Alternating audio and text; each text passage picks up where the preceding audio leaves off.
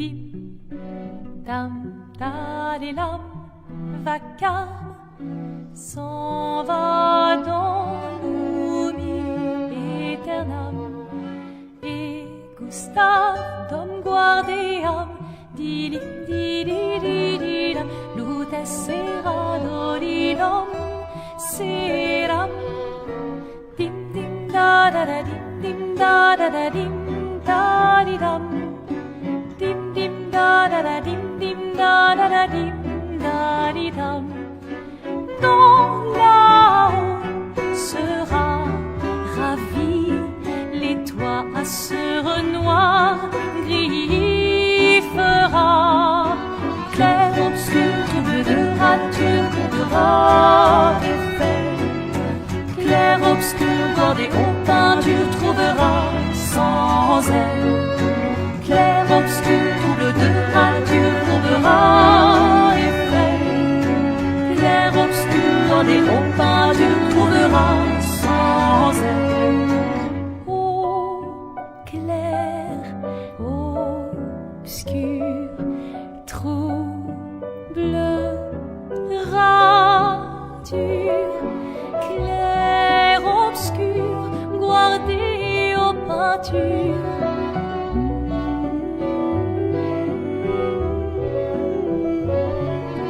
Clair, obscur, trouble de rature, courera effet. Clair, obscur, guardé aux peintures, trouvera sans elle. Clair, obscur, trouble de rature, trouvera effet.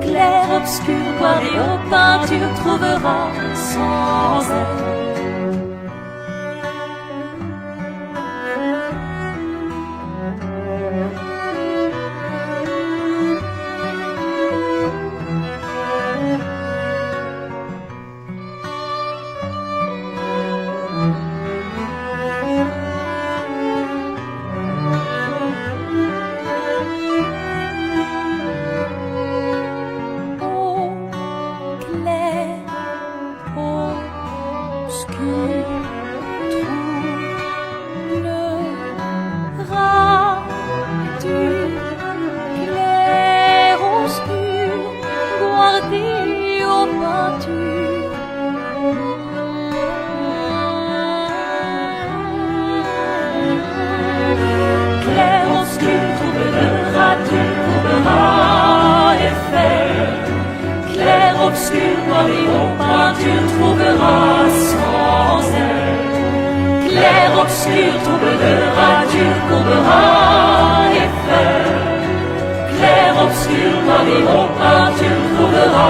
sans elle.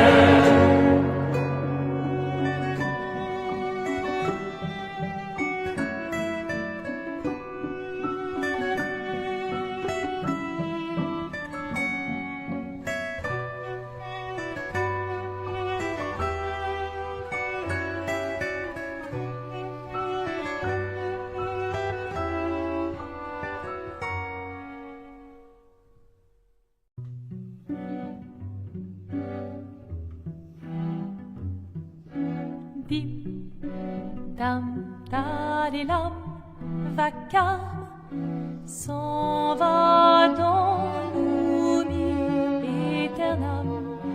Et Gustave, dom guardiam, dilim, dididididam, lutes sera dolidom, seram. Dim, dim, da da da, dim, da da da, dim, da di dam. Dim, dim, da da da, dim, da da da, dim, da di dam. Dans là-haut sera ravi, les toits à sur noir gris fera. Clair, obscur, trouble de rature, trouvera effet. Clair, obscur, bordé aux peintures, trouvera.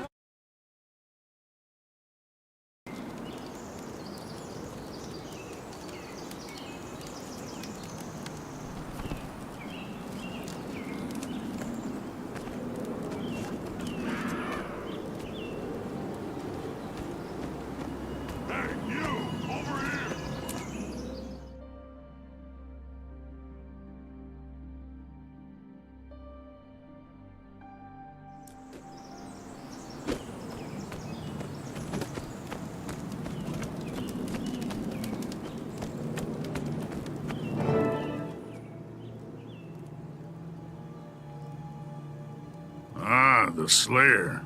What a sight for sore eyes. Between the two... I'm headed for Wolf Shrine, but now I've got the jitters about bringing my Dolyaks there. One of the spirits of the wild has gone insane, attacking caravans. It makes no sense for a spirit to do that. Exactly my problem. I can't figure it out. I do know it's got the Minotaurs around here riled up. Not Minotaur, it's the Minotaur. It's a spirit like bear or wolf. I'm a tracker by bear's bald butt. I know the difference. If such a spirit exists, it hasn't been seen in generations. Why would it show up now? All I know is that it's out there. Once we get going, you'll see for yourself.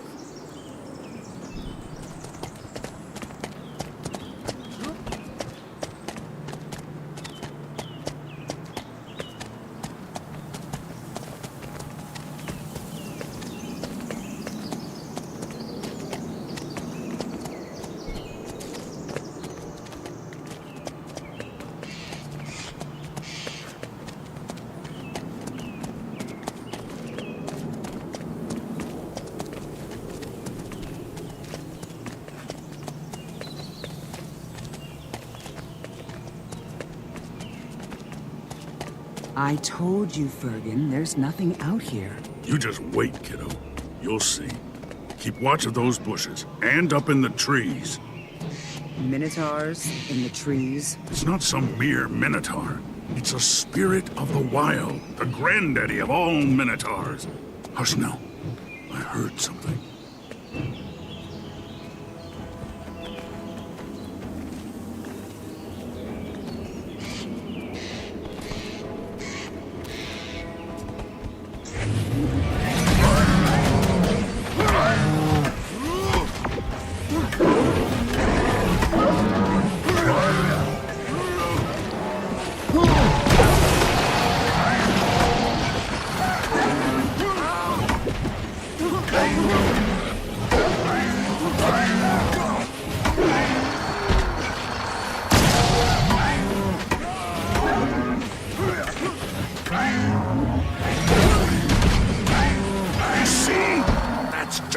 Normal! I agree.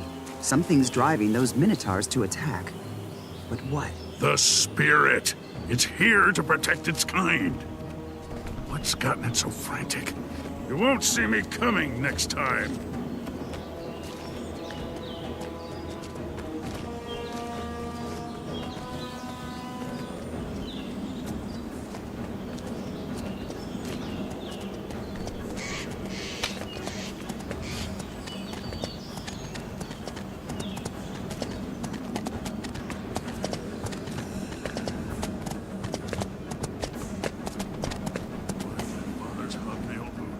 Minotaurs, full stampede.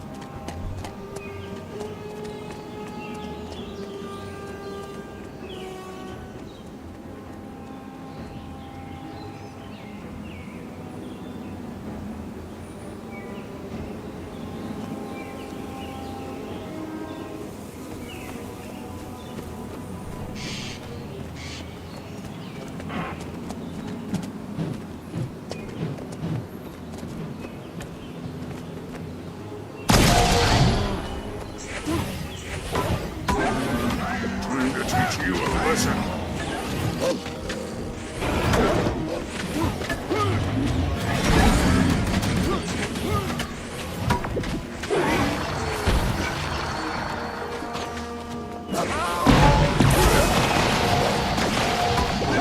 Don't see me coming next time.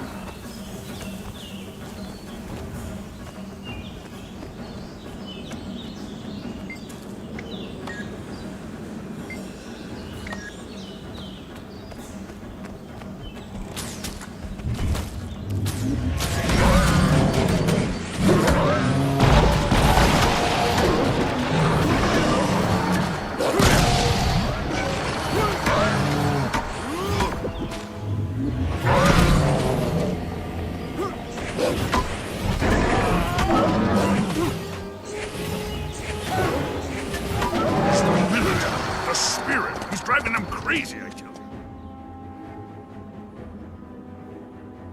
If not for you two, this caravan would have been crushed flatter than hammered mud. Do you believe me about the spirit of the wild now?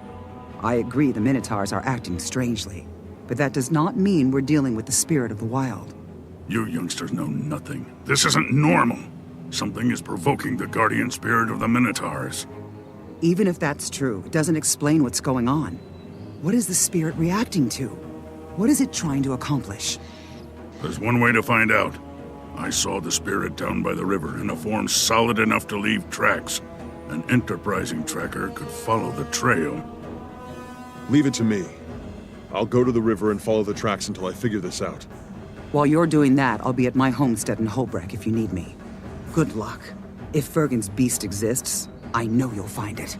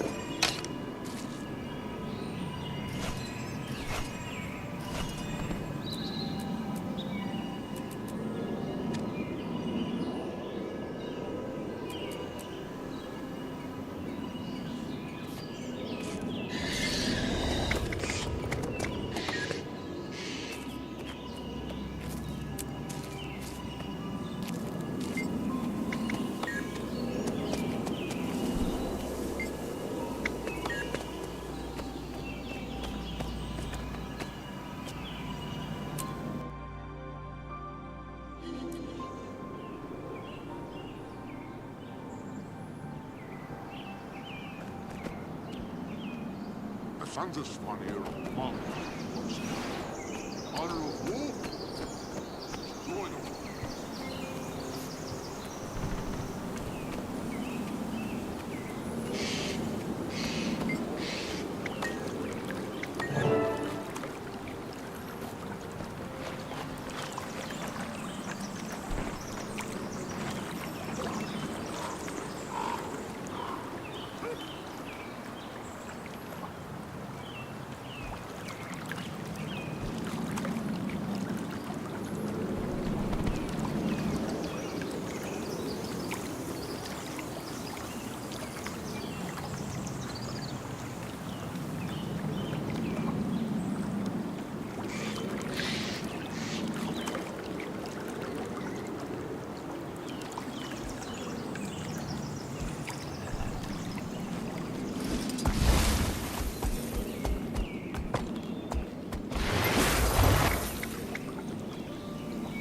Do you really think this can work? Can you get the Groll to worship a Norn statue? I know I can. When it comes to sculpting idols for idiots, I'm an expert. I just need to get to a spot where I can sculpt a new god for the Groll.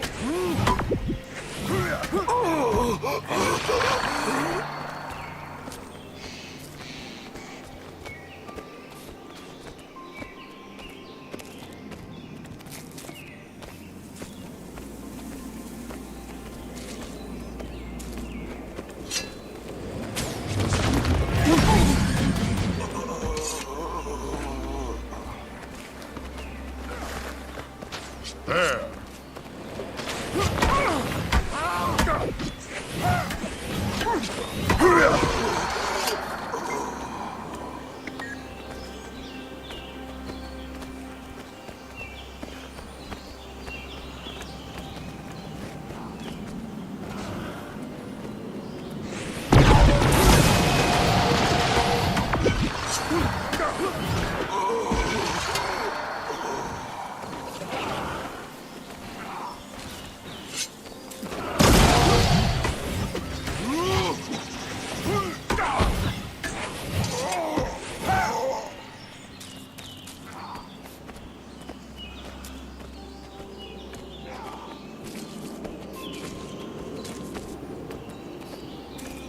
The fight comes to me.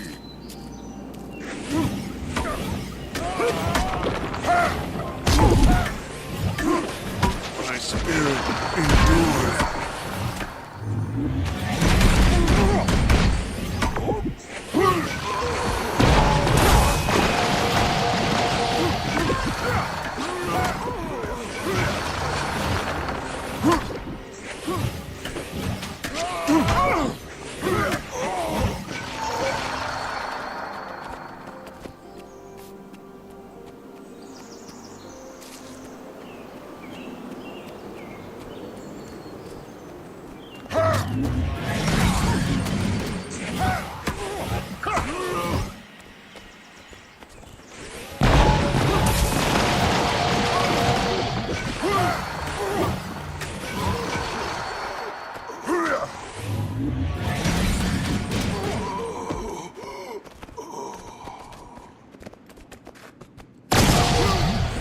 Ready? We're entering the heart of the beast. Well, the Groll's cave. Be ready.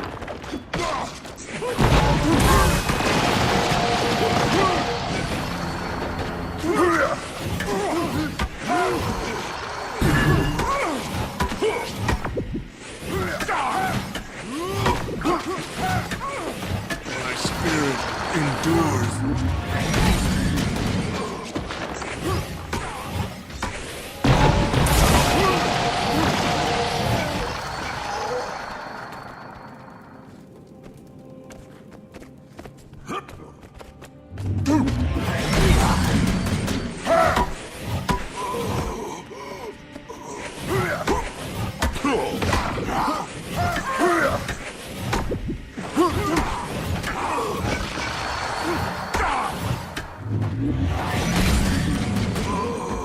No, not the right spot. I'll need more space for my masterpiece. Smash them!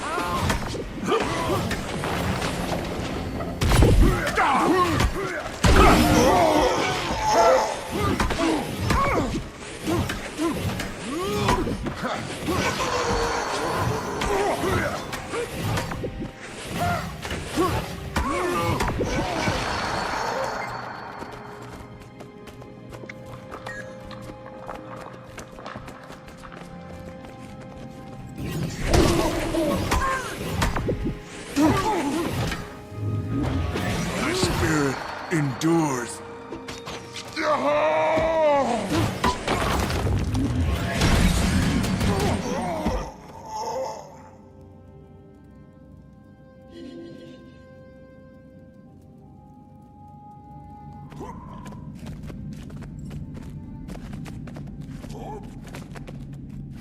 Poor misguided Groll.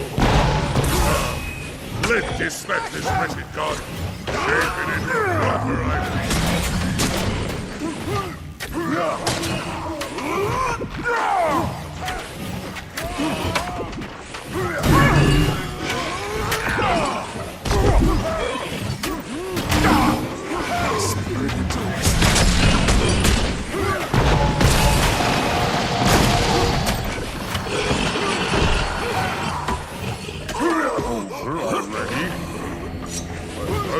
effort must be convincing. Get me blocks of enchanted ice.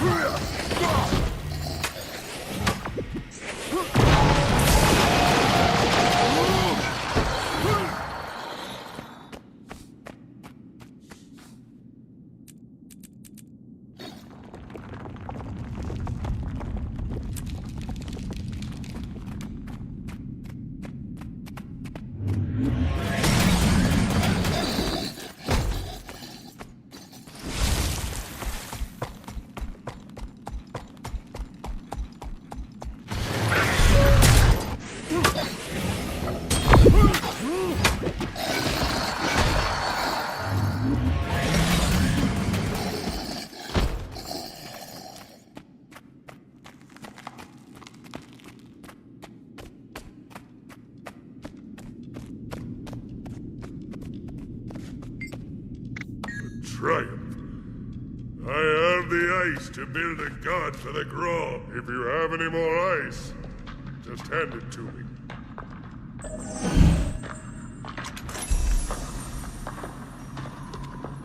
That rush real art. True masterpiece takes time. Make sure I'm not interrupted.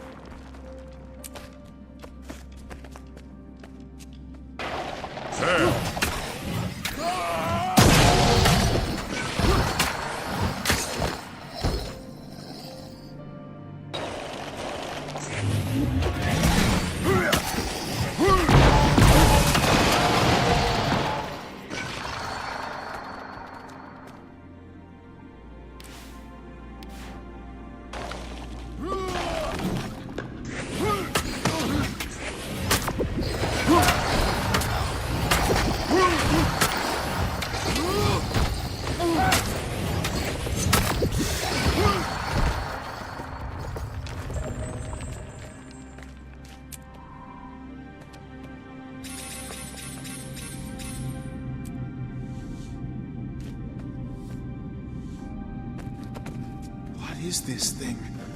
What does it mean? It shines. It is magical.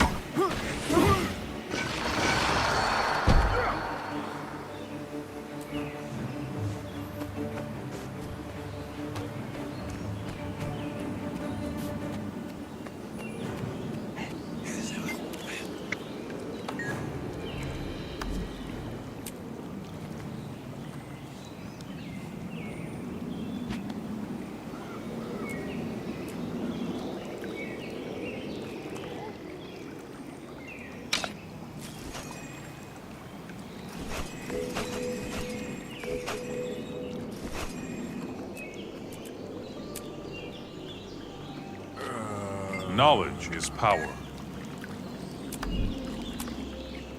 Enough said.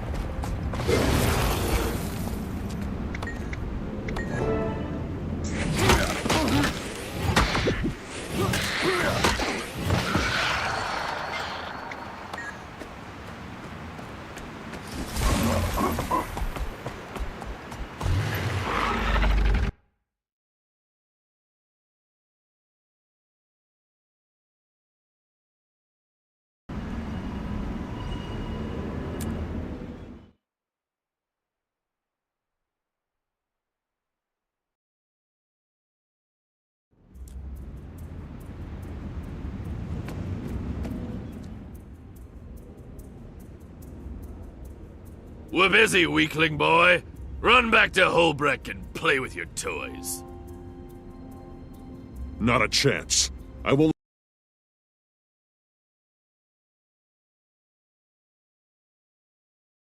He has to die.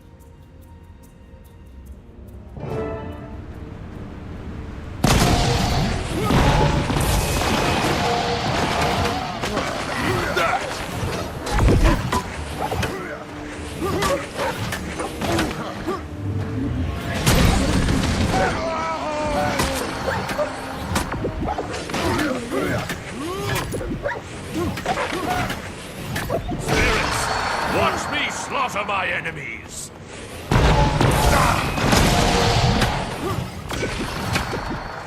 You asked for it. I'll play you and make boots from your skin. Spirits, watch me slaughter my enemies!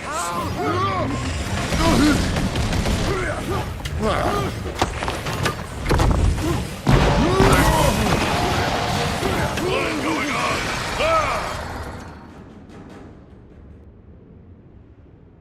Why were you hunting the Minotaur spirit? Tell me, you blubbering weakling, or I'll feed you to a bear. It doesn't matter if you know. Jormag sent us a champion and we've been feeding it Minotaurs. Vidkun declared the next meal should be the Minotaur spirit itself. Soon the beast will destroy Holbrecht. The weak will be slaughtered. The strong will become stronger. Hail Vidkun! Hail Jormag! Shut up, you idiot. I'm letting you go, but only so your pathetic friends will know I'm coming. You do that, and the next time we meet, it'll be at the end of a blade. And I'll tear it from your hands and stick it in your throat. Go on. Run. Now!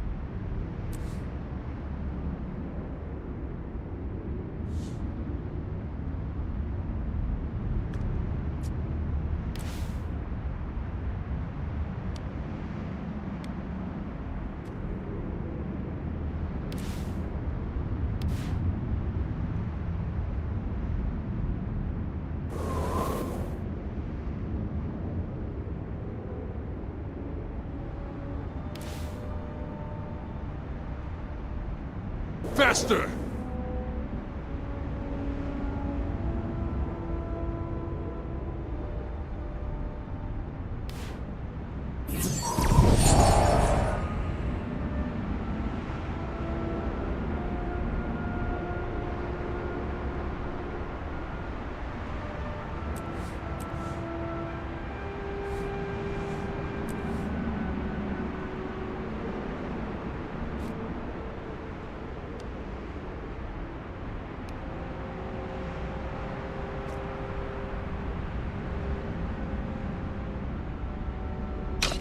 Faster!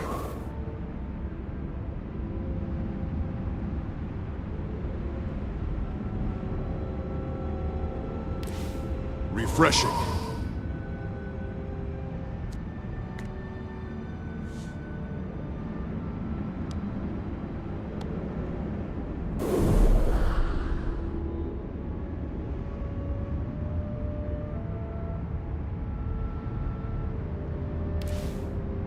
Faster!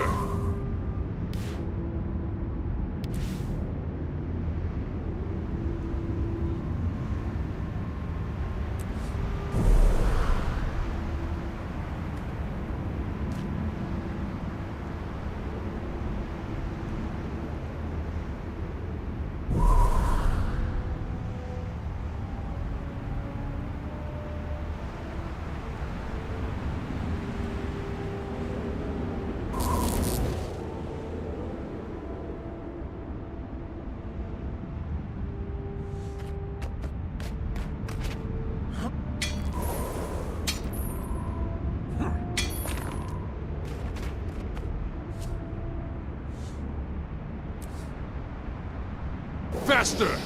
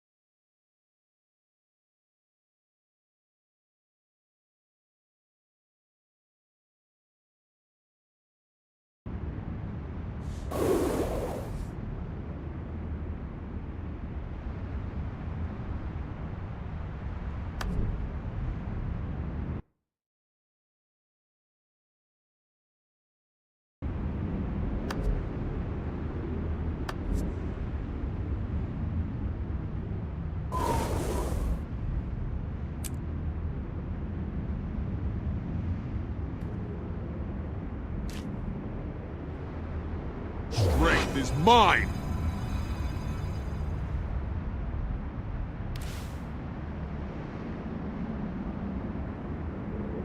Kill him!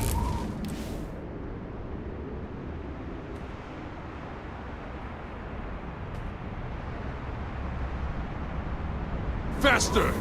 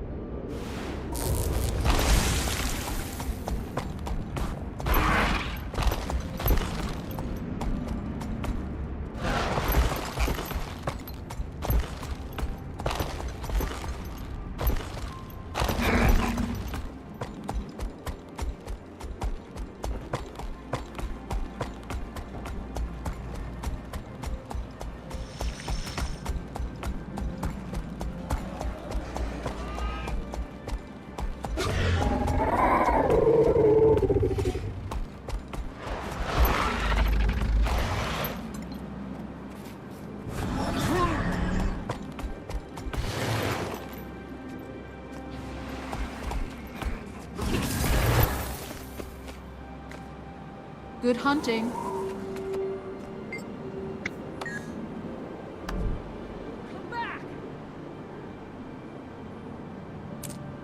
Faster!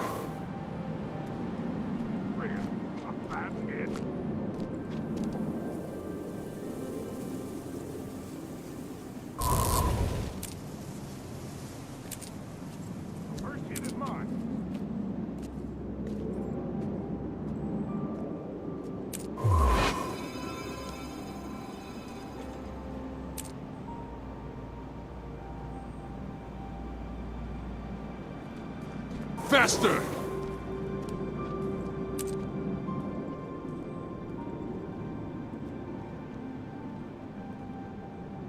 Pay attention.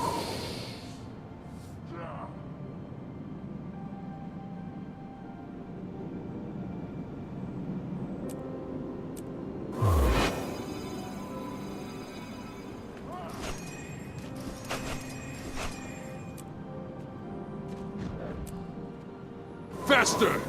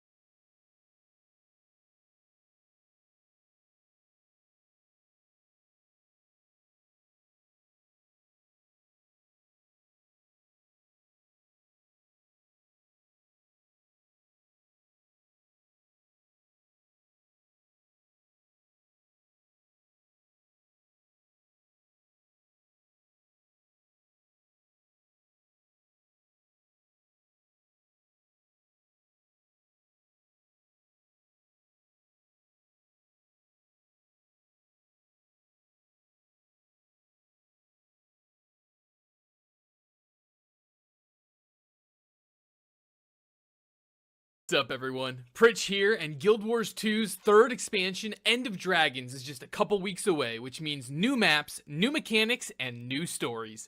In this video, I want to help everyone get up to speed on the story of Guild Wars 2 leading up to End of Dragons. I have 10 years of content to go over, so let's run it.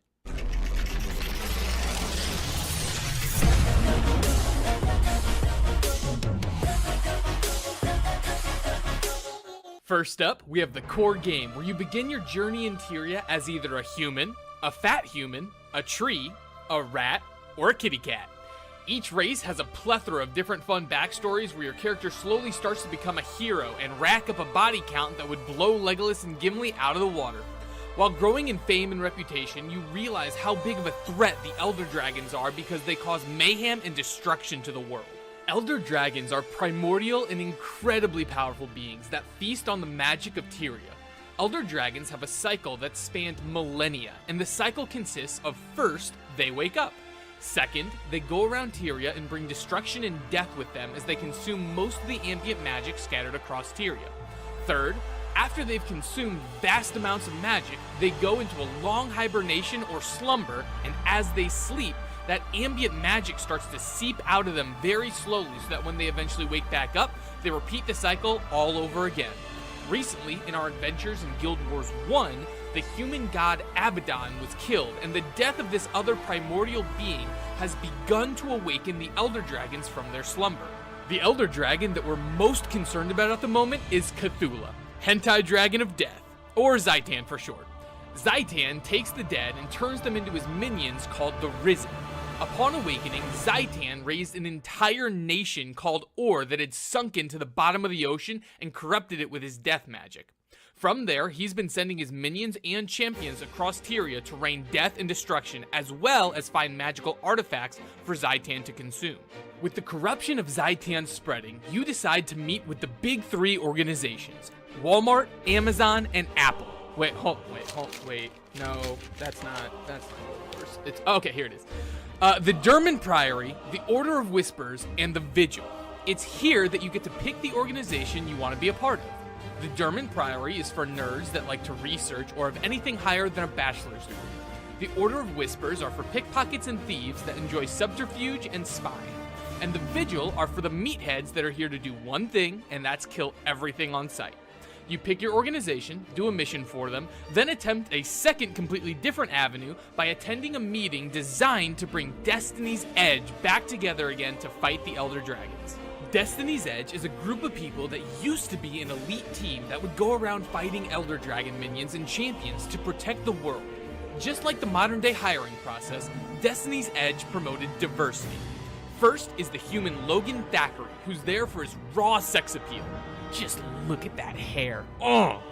Second is the Char Ritlock Brimstone, who is just an absolute badass who uses a flaming sword.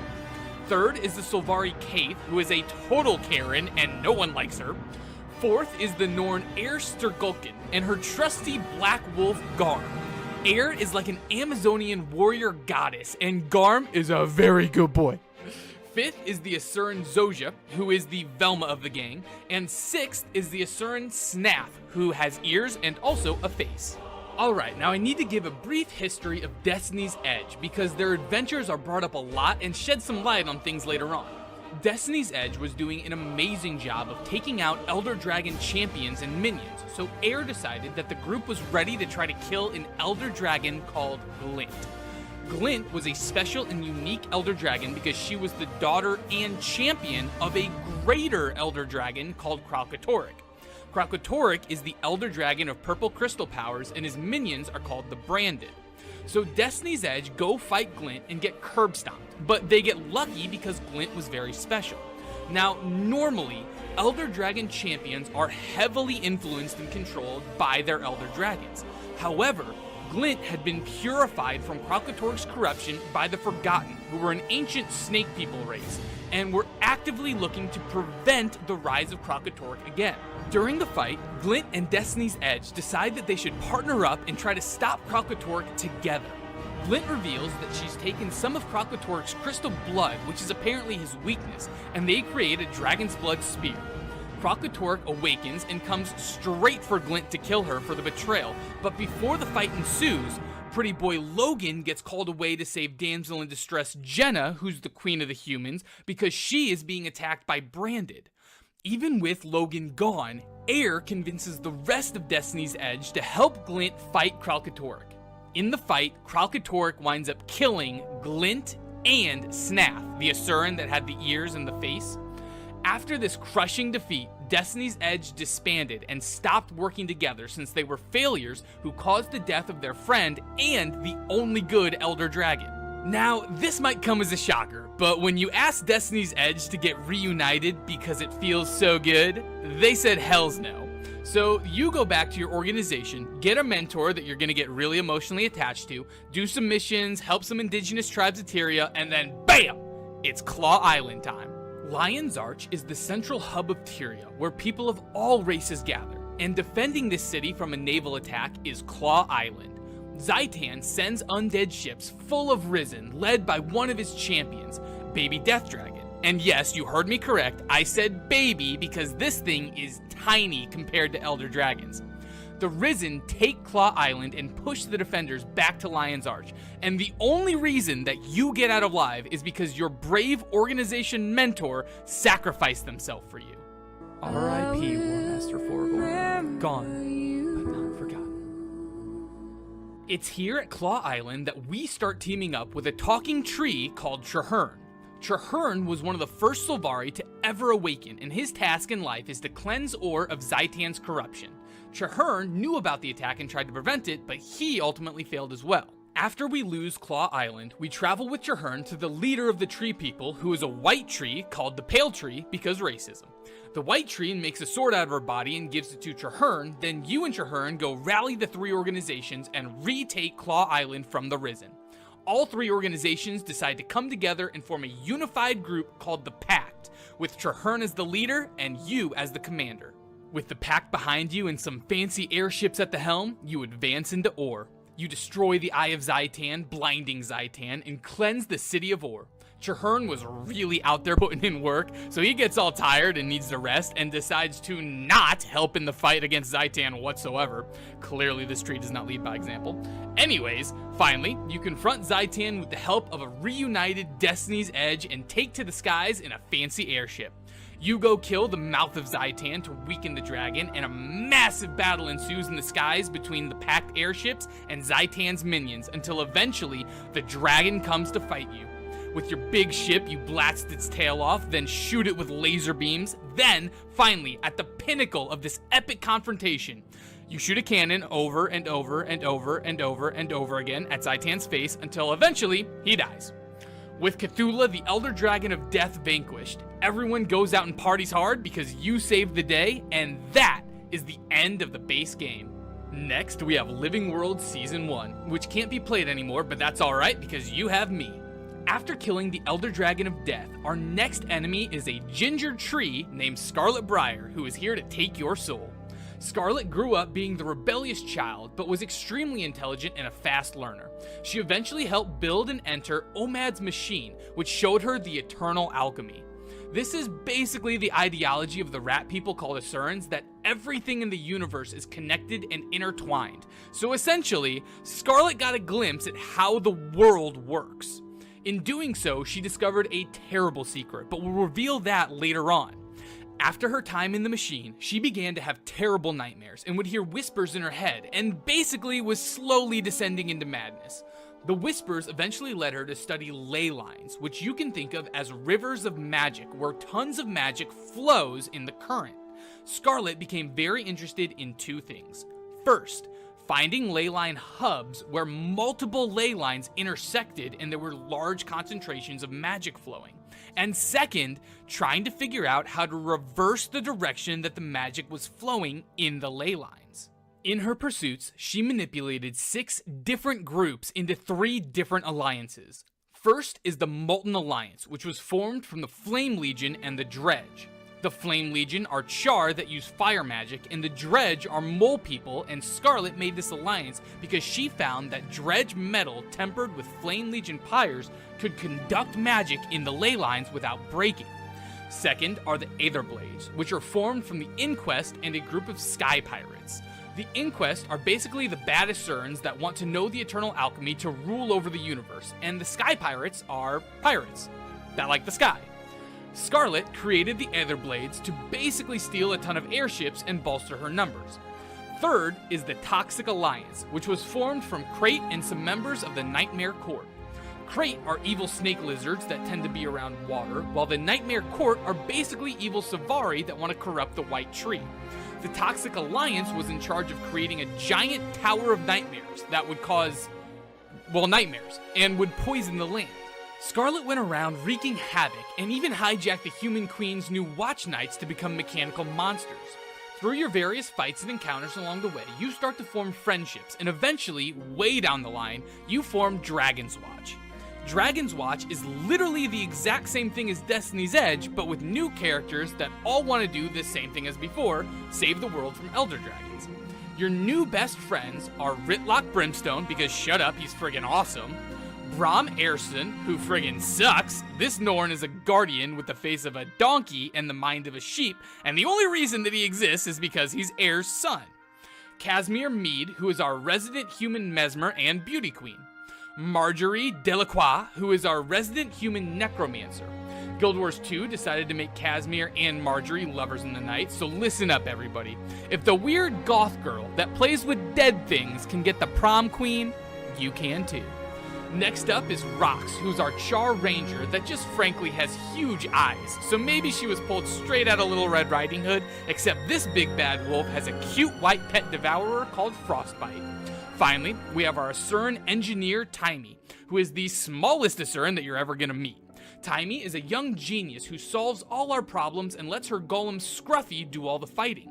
She also has a degenerative disease that prevents her from walking very far, and this could spread to her other limbs at some point, though it's in remission right now. Now, Dragon's Watch doesn't officially form yet in the story, but I'm just gonna refer to these people as Dragon's Watch instead of listing everyone individually all the time. With the help of Dragon's Watch, you stop Scarlet at every turn, but eventually she finds what she's looking for, and it's underneath Lion's Arch. Scarlet locates a ley line hub under Lion's Arch and has now built a drill that can penetrate the ley line hub and reverse the flow of magic in the ley lines. With her army ready, she attacks Lion's Arch and absolutely destroys the city, and then begins to drill. You show up with Dragon's Watch and fight your way to her, and eventually you get to Scarlet and have an epic showdown where you eventually defeat and kill her. Just as you think you've won, the drill hits the ley line hub and Scarlet's plan comes to fruition. The magic in the ley lines reverse their direction and the line of energy shoots out into the heart of Maguma, where we witness the awakening of the next Elder Dragon, Mordremoth. Mordremoth is the Elder Dragon of plants and mind, who is also known as the Jungle Dragon, and his minions are the Mordrum. This concludes Living World Season 1, and now we move to Living World Season 2, where the city of Lion's Arch is rebuilt with a fresh coat of paint. A Zephyrite airship crash lands in the Maguma Waste, and it contains a very important man called the Master of Peace. The Master of Peace is the leader of the Zephyrites, who are a traveling Zen-like organization of mostly humans. We learned that a Solvari named Aaron caused the crash and is after the Master of Peace. We finally catch up to Aaron and kill him, and the Master of Peace is like, okay, bye. He's apparently got very important stuff to do. In the Maguma Waste, we find Omad's machine and enter it ourselves, where we witness the eternal alchemy just as Scarlet Briar did. There we see 6 orbs that are thought to be the Elder Dragons, and the green one in our vision takes the spot in the middle, and then everything starts to turn all eerie and scary. Afterwards, you help Ritlock out because he believes that he's found a way to lift the curse of Ascalon off his homeland. However, when he slams his sword into the ground to actually lift the curse, it creates a portal that his sword drops into, so naturally, he jumps in after it. It's believed this portal led to the Mists, and the Mists are as difficult to explain as Inception. But basically, the Mists is the place between worlds that constitutes the fabric of time and space that connects the multiverse and everything in it together. Just think of it as the weird place between worlds and you're gonna be just fine. With Mordremoth awake, the leaders of the 5 races gather in the grove to discuss coming together to fight the Elder Dragon, and during the summit, everyone winds up getting attacked by Mordrem and the Shadow of the Dragon, which is one of Mordremoth's champions. You, being the war machine from hell that you are, easily dispatch everything, but unfortunately, during the attack, the White Tree got some physical and emotional damage. She shows you a vision of a crystal egg being swallowed up by vines and thorns. Could she have just told you everything using her big girl words? Yes. Did she? No. So, you go to the bowels of the Derman Priory archives and meet a stone dwarf named Ogden Stonehealer, who makes you touch a funky hourglass, which teleports you to Glint's lair. Remember Glint, the only good Elder Dragon that Destiny's Edge let die by the claws of Kralkatorrik? We are in her lair, and we witness a very shocking vision of the Master of Peace taking Glint's last remaining dragon egg. We return back, and Ogden tells us that we need to help the Master of Peace transport the egg to wherever the heck he's trying to take it. So you and Dragon's Watch and Karen Cave go out and eventually find the Master of Peace being attacked by Mordrem. You kill the Mordrem, but unfortunately the Master of Peace is dying, and with his final breaths, he tries to give you Glint's egg. But Karen Cave takes it and runs away with no explanation. You go ask the White Tree about Kate, and instead of talking using her big girl words, she gives you memory seeds so that you can relive different memories of Kate to learn about where she might have gone to hide. Her memories center around 3 characters. First is herself. Second is Fowlin, Kate's lover, but also the leader of the Nightmare Court, and remember, those are the bad Sylvari. However, these memories are from long before the Nightmare Court was ever created. Third is Wynn, who has ears and a face. Fowlin learns that Wynn knows a life-altering secret about all Sylvari. Fowlin spends the entire time trying to get Wynn to disclose the secret, and Kate is basically getting dragged along. Things get real bad when Fowlin and her tree thugs murder a bunch of centaurs and chase Wynn into a cave. There, Fowlin goes off to gather a bunch of bushes to torture Wynn with, and this leaves Wynn alone with Kate. It's here where Wynn tells Kate the secret, that all Sylvari are supposed to be minions of the Elder Dragon Mordremoth and come from him. Then, in a very emotional scene, Wynn makes Kate kill her so that Fowlin can never find out the truth. This giant secret was what Scarlet Briar had learned when she saw the Eternal Alchemy, and after her time in the machine, it was Mordremoth that was in her mind whispering and influencing her the whole time, and this is why Aaron tried to kill the Master of Peace. After the memory ends, you see Kate in the murder cave, who tells you that she's on your side, but still refuses to give you the egg. Then, the Shadow of the Dragon appears, and while you kill Mordremoth's champion, Kate slips away with the egg. Bitch. Living World Season 2 ends with Traherne and the Pact flying their airships over the heart of Maguma, bombarding the forest, and then all of a sudden, vines shoot up and destroy the entire Pact fleet. Not only that, but many of the Sylvari have begun to turn under Mordremoth's influence and begin killing their own. Destiny's Edge was on that Pact fleet, and now they're all MIA somewhere in the heart of Maguma. And worst of all, Karen Caith is still MIA with Glint's egg. Now we're diving into the first expansion, Heart of Thorns. You, Dragon's Watch, and our kinda new friend Canuck make your way to the jungle. Canuck is a character that first shows up during the Scarlet Briar crisis, but really doesn't become too important until now. Canuck is a badass tree that loves to blow stuff up and is basically owned by Countess Anise. Countess Anise is the leader of the Shining Blade, which is a fancy name for the group that protects the human damsel in distress, Queen Jenna. Canuck is sent by Countess Anise to represent the Shining Blade and helps us fight Mordremoth. Once you enter the jungle, you find that Destiny's Edge and Traherne have been taken prisoner. You also get attacked by Mordrem, and out of nowhere, Ritlock appears with his sword and is now blindfolded and is now suddenly a revenant. Ritlock isn't the only one with new tricks though, because now your character can glide. Instead of falling and dying, simply glide and fly through the air to wherever you want to go. You head west and eventually find a Mordrem prison cell, and Ritlock tells you that a Destiny's Edge member is inside of it.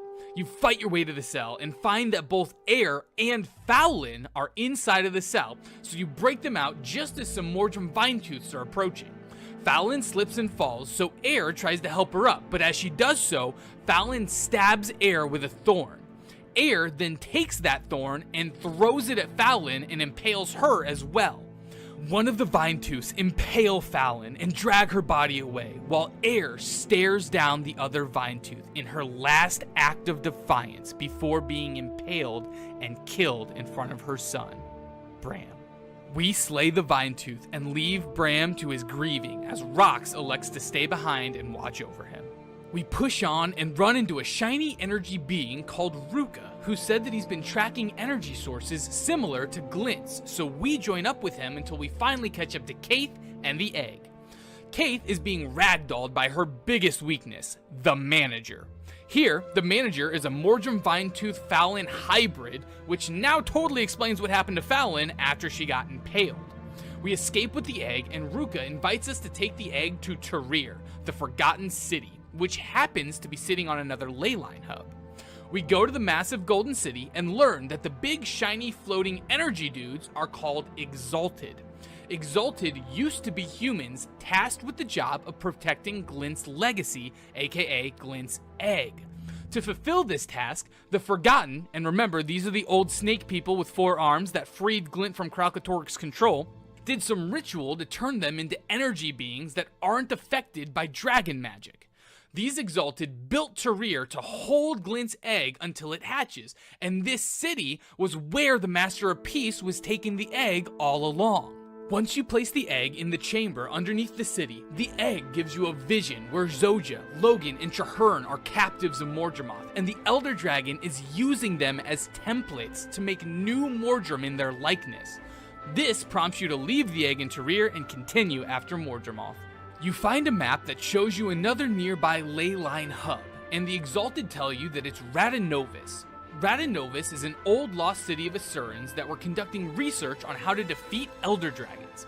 You find the lost city empty and deserted, with a ton of chalk scattered around everywhere. Chalk are spawns of Satan that hit like friggin' trucks. They're also insect creatures that feed off ley lines, so naturally they were drawn to Radinovis and wiped out all the Asurans that used to live here long ago. You find your way to the secret laboratory, and it states that each Elder Dragon has a unique weakness, although it doesn't actually tell us what Mordremoth's weakness is. It just reassures you that the Jungle Dragon can be killed. You travel deep into Mordremoth territory, and eventually find Zoja and Logan being held in pods where Mordrum clones were being produced from their likeness.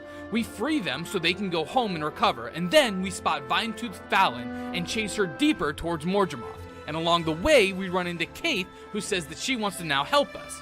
We wind up chasing Fallon into the Heart of Thorns, where Traherne is being held, and eventually, we fight and slay Fallon. As we finish killing her, Traherne is pulled into the depths by a long tendril, so we chase down after him.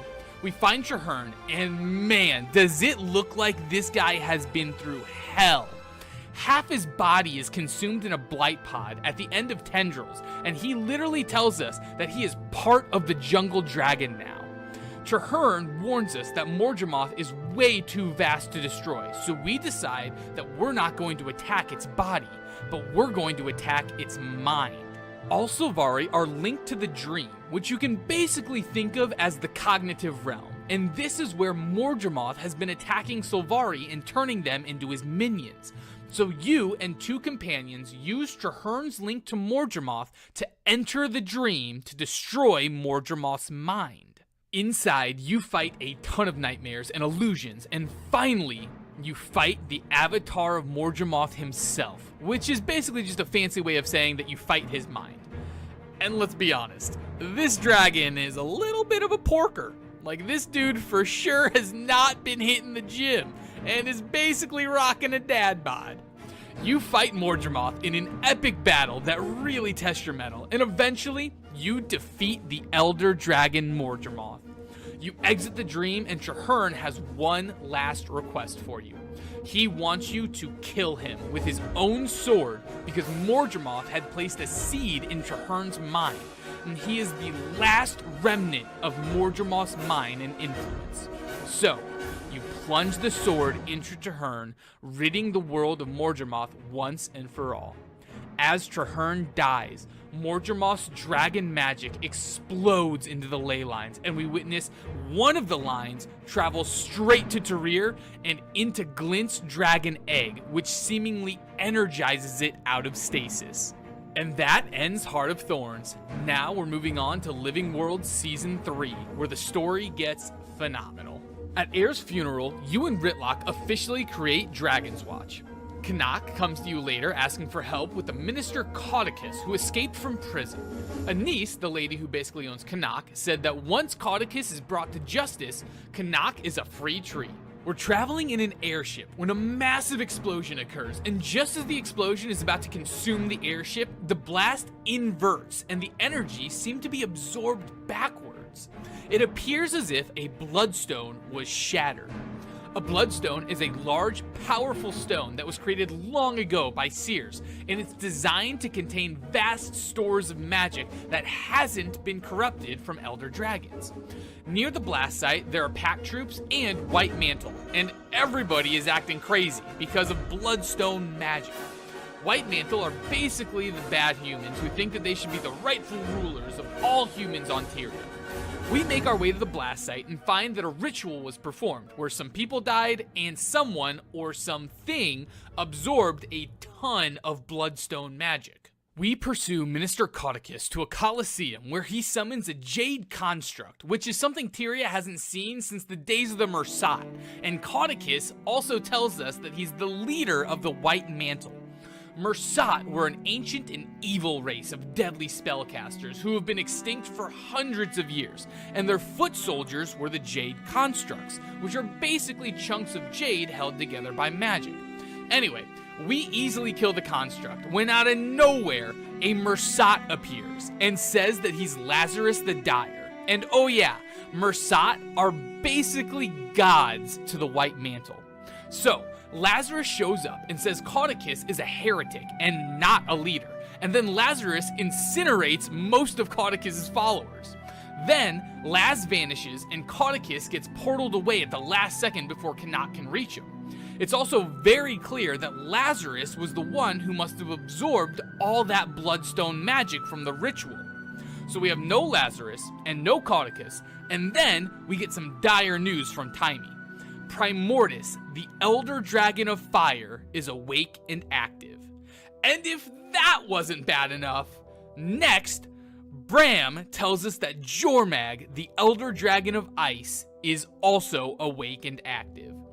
Primordius minions, by the way, are called Destroyers, and Jormag minions are called Icebrood.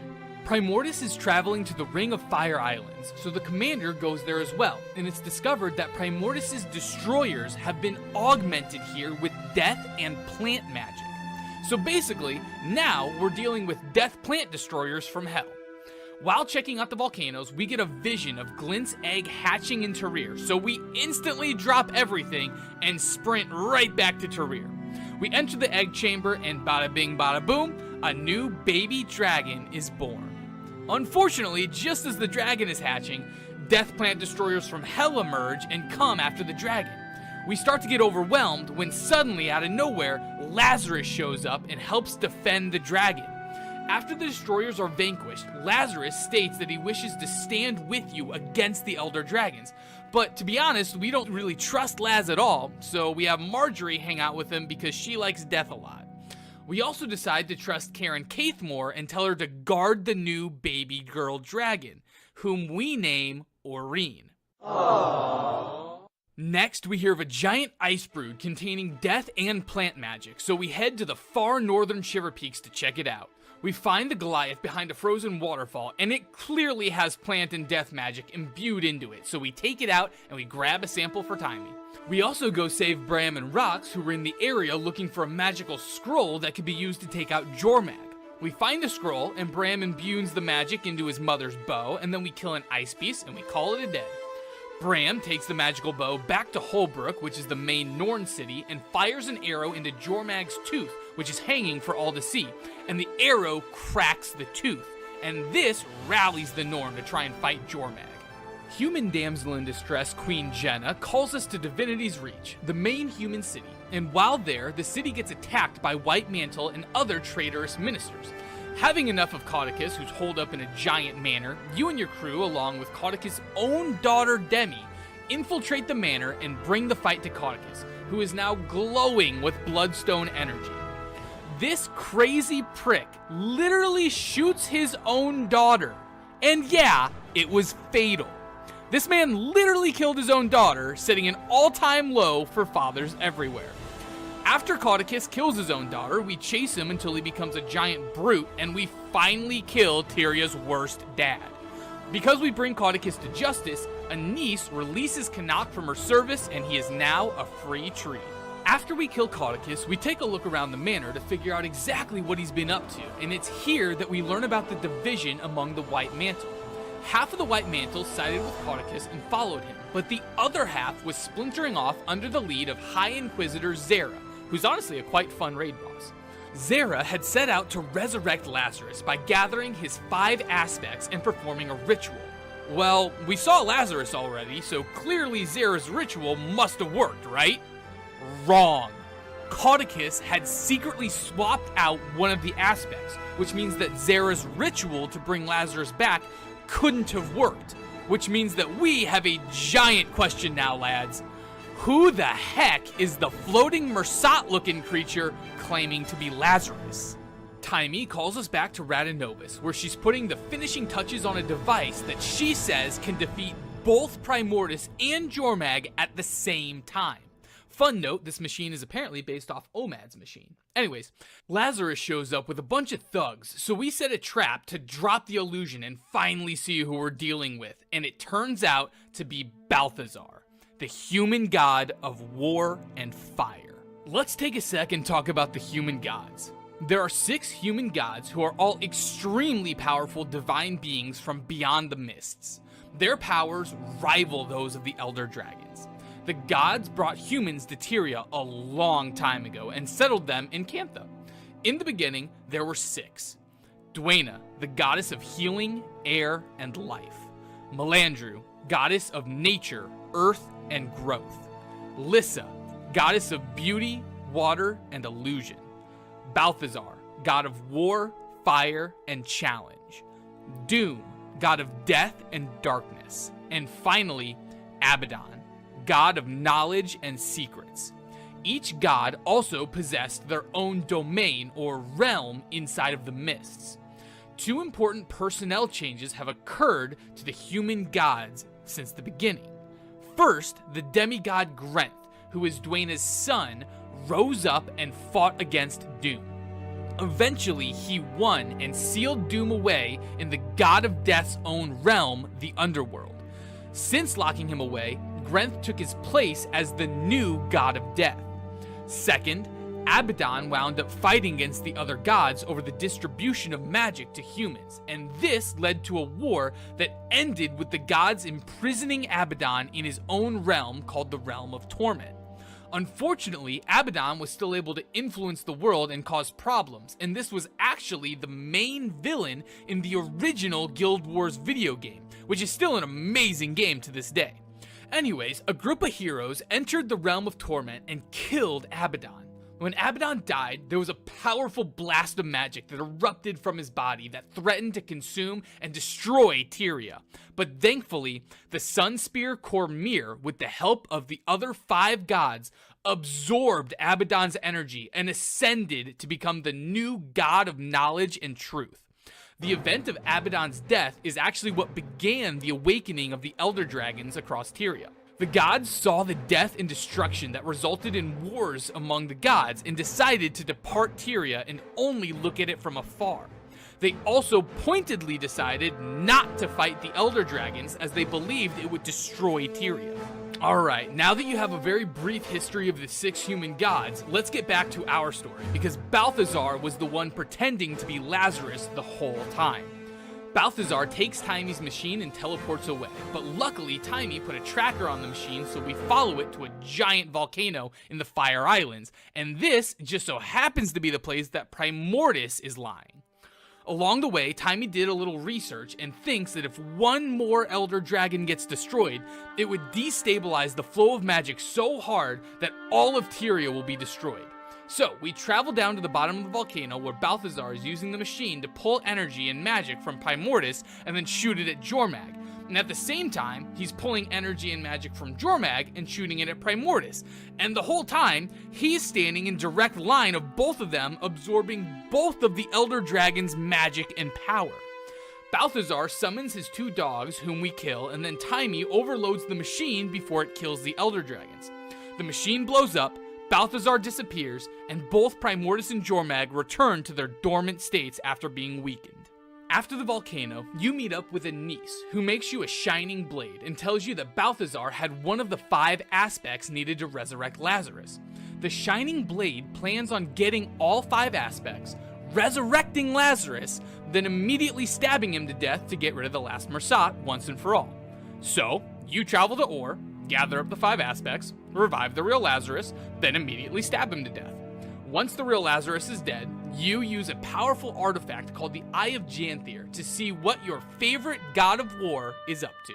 Turns out, Balthazar is going to the Crystal Desert to hunt down the Elder Dragon Kralkatorrik, the father of Glint and the grandfather of Aurene.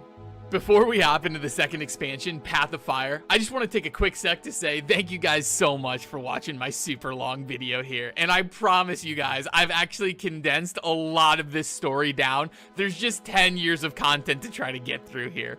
And I wanted to put in a lot of work and effort to try and make this an all-encompassing story recap. And I just want to say if you're enjoying the video and you want to help me out as a content creator, you can always drop a like on the video, you can sub to the channel, and you can leave comments down below in the video. And all those are free ways to help me out as a creator. Alright, back to the God of War. We arrive in Alona, which is basically a continent of land that's primarily desert, and discover a new enemy type called the Forged, who are attacking people. Forged are constructs of metal and fire that are imbued with souls of the dead. We also run into Balthazar's Herald, who says that we should team up and all kill Kralkatorrik together. We decide to give her the middle finger, so she starts slaughtering everybody, and not just the men, but the women and the children too.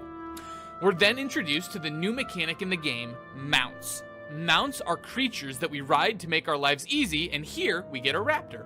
Then we head to the city of Amnoon, which is basically the main hub of civilization in the desert. Outside the city, there are refugees that had to deal with forged and branded attacks, so you go talk to them, and one of the refugees says that they were saved by Vlast. So naturally, we ask who dat? Turns out, Vlast is the child of Glint and the older brother of Aurene. Vlast was born before Kralkatorrik even slew Glint and has recently been in the desert fighting Branded and being a protector to the people here.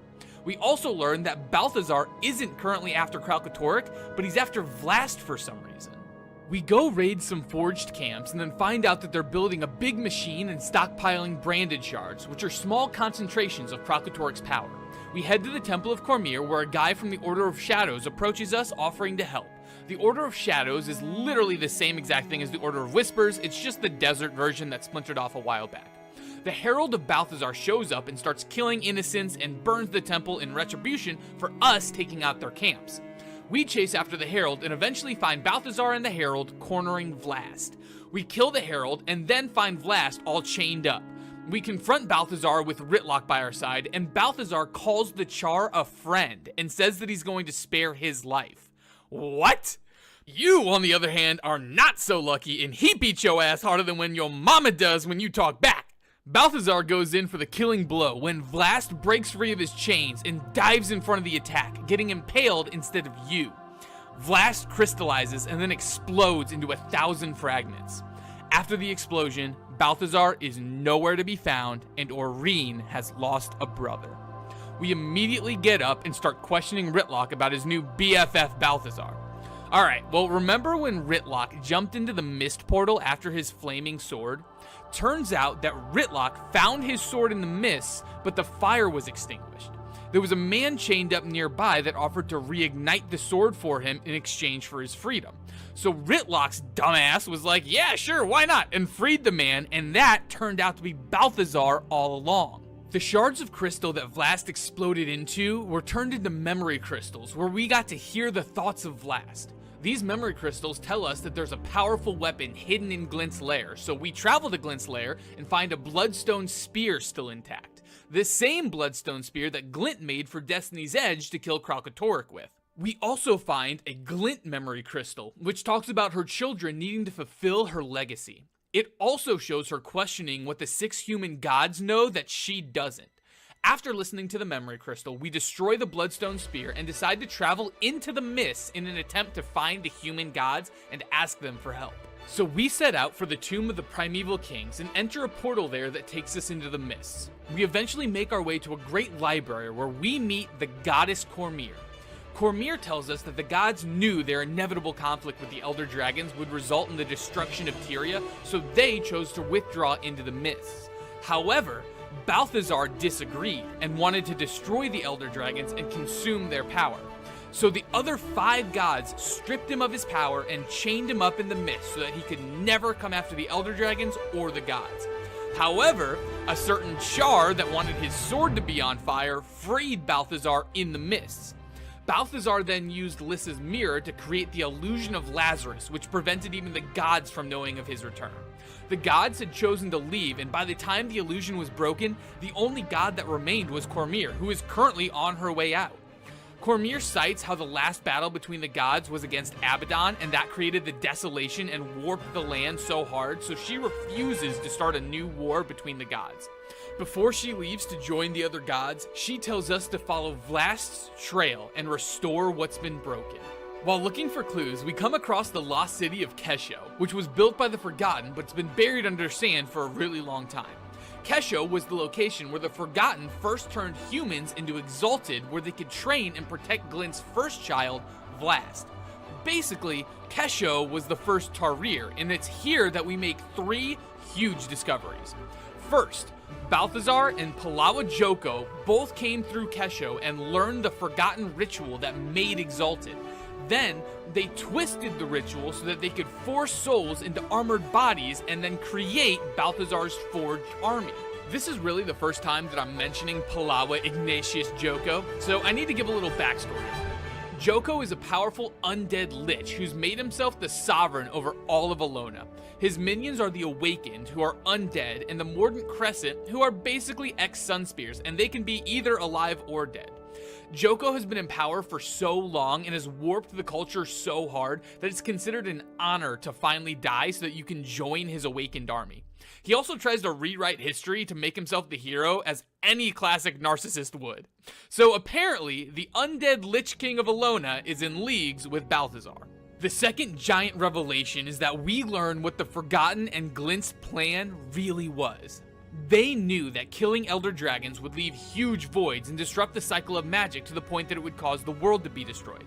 So their plan was to replace the Elder Dragons with creatures that would be kind and circulate the magic as opposed to hoarding it like the current Elder Dragons. So in other words, Glint and her children were meant to destroy and replace the current Elder Dragons.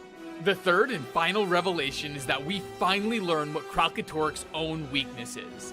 Kralkatorrik's own crystals all share a fundamental resonance that connects back to the dragon and make them vulnerable to one another. This means that not only branded crystals and dragon blood spears could kill Kralkatorrik, but also Glint, Vlast, and Aurene as well. This is why Balthazar was after Vlast. It's to use the dragon to slay Kralkatorrik, and with Glint and Vlast gone, there's only one dragon left for him to try to take. You go meet with Dragon's Watch to tell them what you've learned and to get to Aurene as fast as humanly possible, but Balthazar ambushes you and puts you on your back again. Then Aurene shows up to defend you, and Balthazar easily captures the baby dragon. With Aurene captured, Balthazar kills you. You wake up in the Domain of the Lost, which is part of the Underworld, aka Grent's realm. The Domain of the Lost is where souls go that have died traumatic deaths and forget themselves. Here, we find none other than the Scourge of Vavi himself, Palawa Joko, in chains and behind bars. He tells us that he helped Balthazar access the Domain of the Lost so that he could take the souls here and create Forged out of them. And this explains why his forces kept slaughtering everyone. It was to send their souls to the Domain of the Lost and then take their souls and make Forged out of them. Joko was supposed to get a share of the souls to recruit into his awakened army, but Balthazar wound up betraying him and locked him in the domain of the lost. So we go collect our memories and realize that we need to get back to Tyria, so we kill a nasty demon, take its energy, and as we're on our way out, Joko tries to convince us that we need him in his army to defeat Balthazar. Our response is simple. We do need Joko's army, but we don't need Joko, because in Joko's absence, the Mordant Crescent are in charge and we can manipulate them. So we take a portal back to our body in Tyria and tell our friends the plan. Then we go assassinate Archon Ibaru, who's a high-ranking Mordant Crescent, and then we have Casimir put an illusion on us to look like Ibaru. Then we go around and tell all Joko's forces to prepare for a giant battle against Balthazar's forces. As the armies draw near, Ritlok gives you his flaming sword, Sahothin. He knows that Balthazar will focus you, and that sword used to belong to Balthazar himself long ago, so they know it can kill him. With Sahothin in hand, the epic battle between Forged and Awakened begins, but it seems Balthazar has built a giant war beast and trapped Aurene inside of it. We follow the war beast all the way up to Joko's Sky Garden, where we see it firing at Kralkatorrik, severely weakening the dragon. Finally, we make it to the top and fight the gigantic mechanical beast. After a lot of metal, sweat, and tears, you destroy the machine. But that was just the appetizer. With the war beast destroyed, it's time to kill a god. We have an epic showdown with the god of war and fire, and with Aurene freed, we now have a dragon to aid us. In the end, we kill Balthazar, and as he dies, he explodes magical energy out from his body. Some of this energy we see get absorbed into Aurene, but most of this energy we see get absorbed into Kralkatorrik. Path of Fire ends with Kralkatorrik flying over the desert, corrupting everything in his path. And now we dive into Living World Season 4. We begin outside Amnoon, hanging out with Dragon's Watch, when a full-on brandstorm erupts over the city without Kralkatorrik appearing. We go kill a ton of Branded with Aurene showing up to help out, and then she gives us a vision. In the vision, we see an army of Awakened in a city which is identified as Farinur. Farinur is the long-abandoned city in Istan where the primeval kings used to live before the Scarab Plague ravaged the city. The Scarab Plague was a disease that caused scarabs to grow under people's skin until the bugs burst out of the host body and killed them, which wins Tyria's second worst way to die award. First is obviously dying to donkey-faced Bram. Anyways, we make our way to Istan and we're killing Awakened when we learn that Taimi has been captured by Palawa Joko and he's taken her to Farinur. Clearly, when Balthazar died, the chains holding Joko in the domain of the lost disappeared and the undead Lich King was freed. So we head to Farinur with Ritlok and Kanak and come across some super interesting Inquest Awakened. Then, as we dive further in, we run into Brahm and Rox, who haven't been with us at all in this adventure. They tell us that the Awakened here have been showing up all across Tyria via portals, so those two hopped through some of those portals to see where it would lead, and it brought them to us. So we all team up and we make our way to a gate hub where Inquest Awakened are going through portals, and in the middle is Taimi, trapped in her golem Scruffy 2.0. We break Scruffy and then free Taimi, who tells us that Joko had the Awakened experimenting with bugs. Next.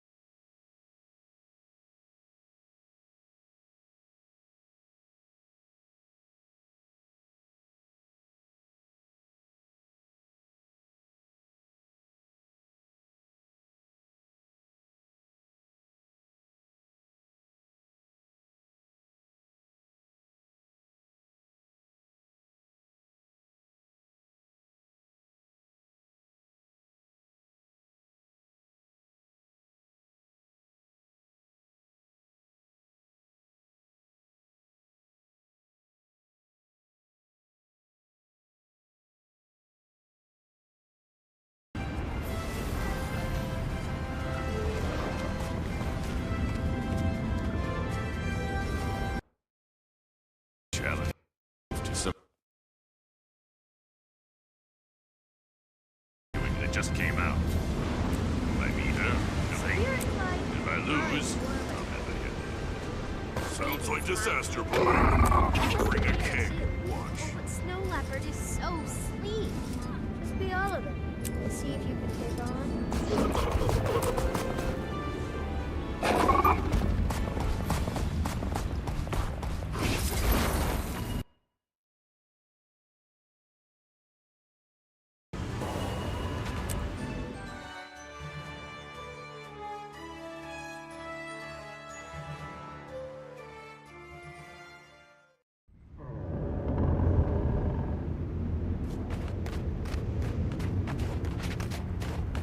Faster!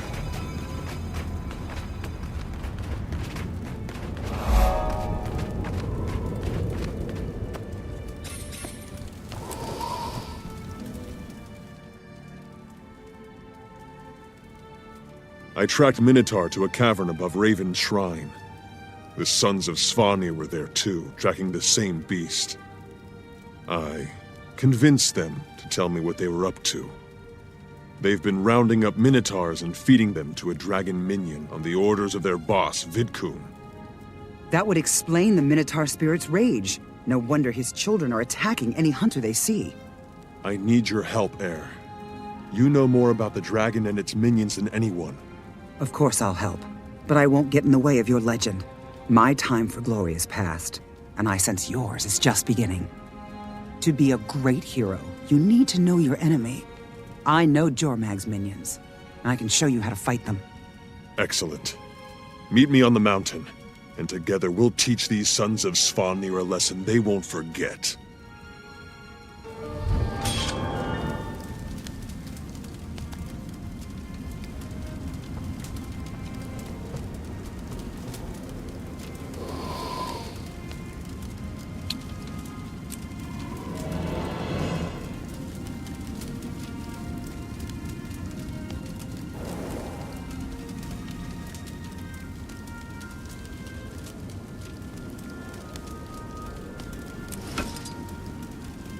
Faster!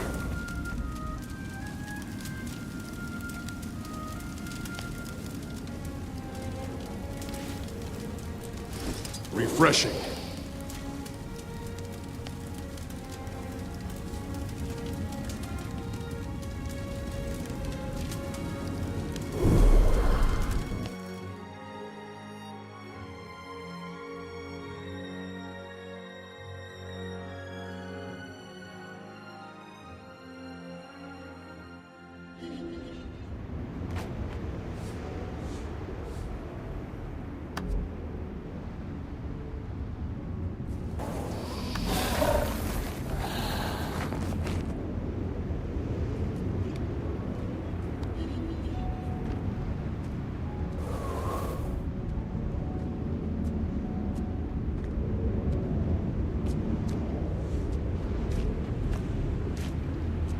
Faster!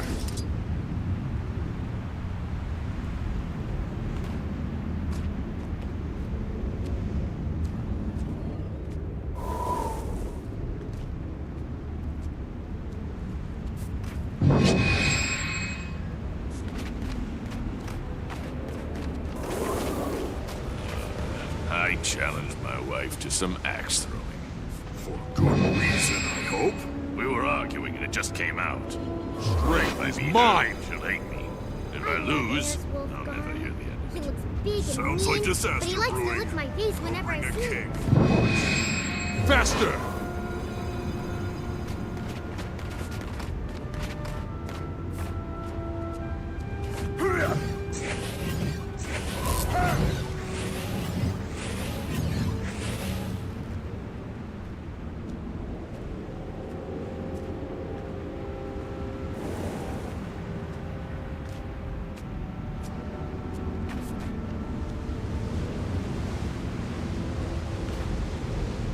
Faster!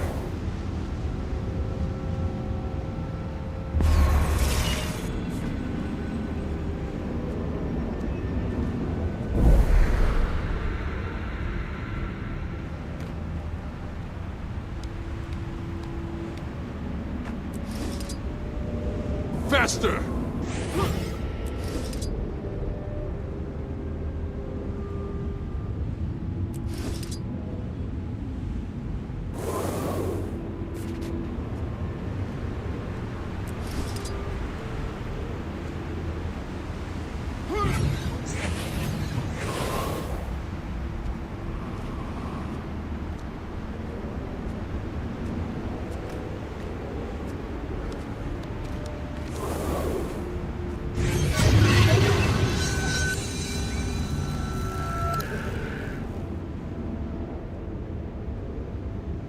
Faster!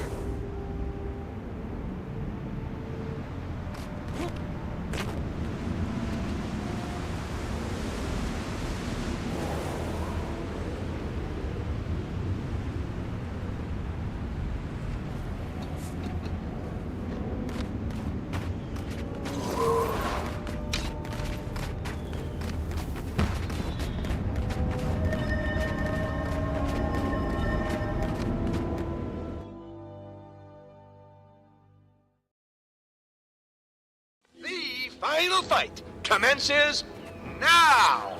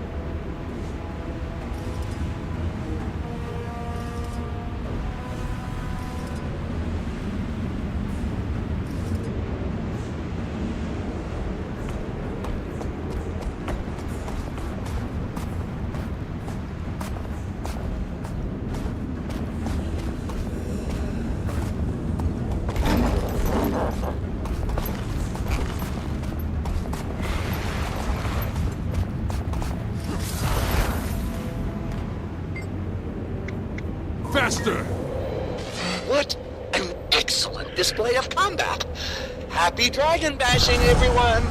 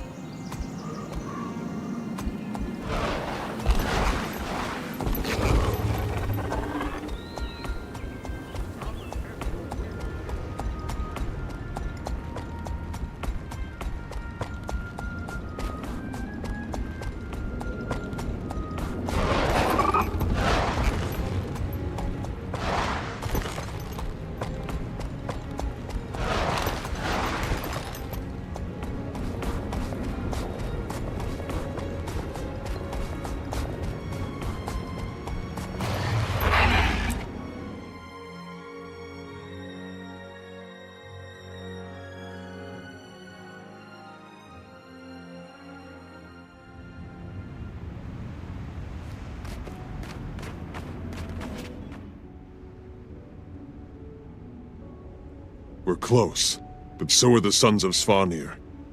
I see multiple trails overlapping Minotaurs. They're closing in.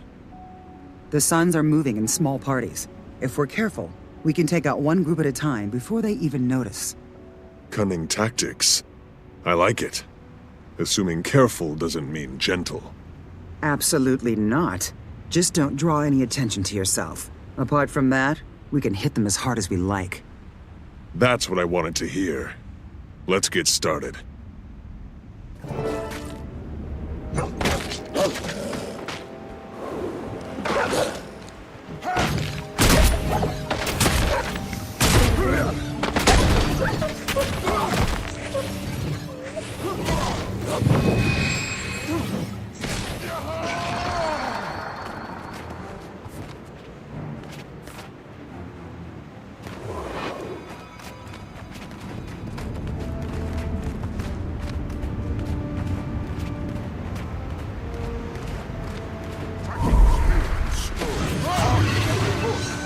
Spread out and pick up the tree.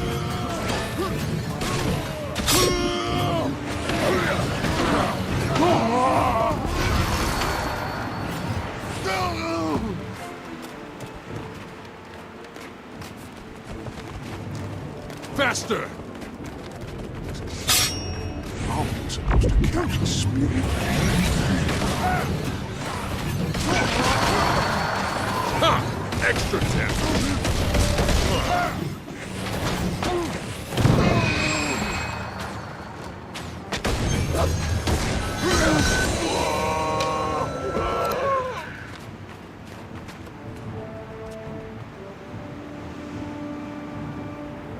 Faster!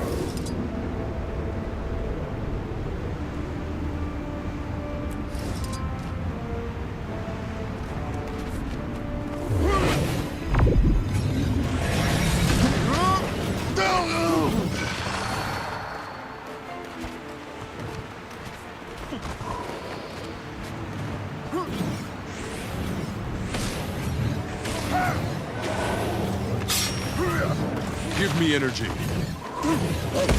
Kill him!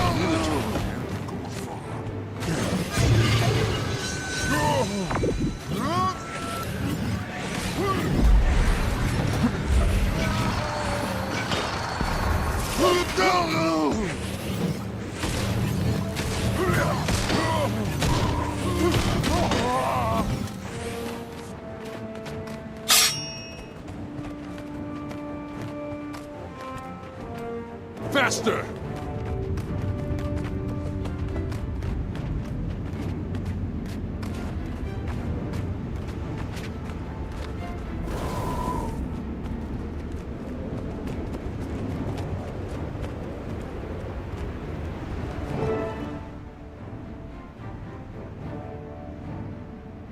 Easy, Garm. There it is. The spirit of Minotaur. The sons of Svanir have it surrounded. Not for long. Hey! The Minotaur spirit is under our protection. Lower your weapons and back away. Never. This is our prey, and you're poaching. I'll poach your head and hang it by the elk horns in Holbreck. Now back off. Last chance. Kill them, brothers! Dragon's minion must feed. Rabid dogs. Ha! Extra damage.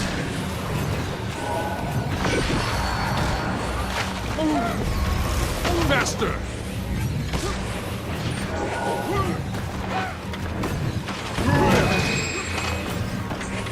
Kill him!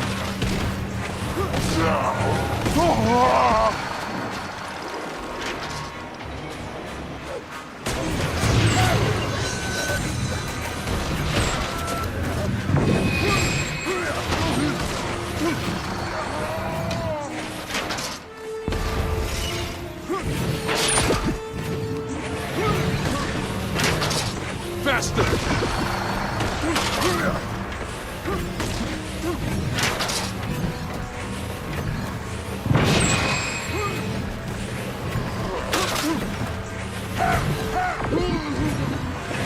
Such might!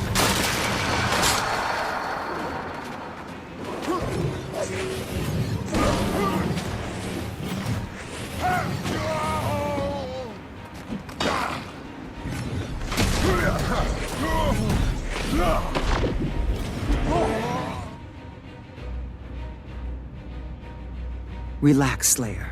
The spirit knows we're not enemies. Look closely. You'll see recognition in his eyes and a strong measure of gratitude. Now look at his wounds, how haggard and weak he is. See the mud on his hooves? Looks like it's from Dark Riven Bluffs. He probably picked up the mud and the wounds at the same place. And that's where we'll find them, the Sons and the captive Minotaurs. So, how do we get past the guards to rescue the prisoners? We could dress up like beer merchants, get the Sons drunk, and trick our way in. Good. Or you could ask for Minotaur's blessing. If he transforms you into a Minotaur, you could get close enough to break them out. So, fool some drunken Sons or cause a Minotaur stampede. Let me know what you decide. Legends have to learn to make choices like this. Faster!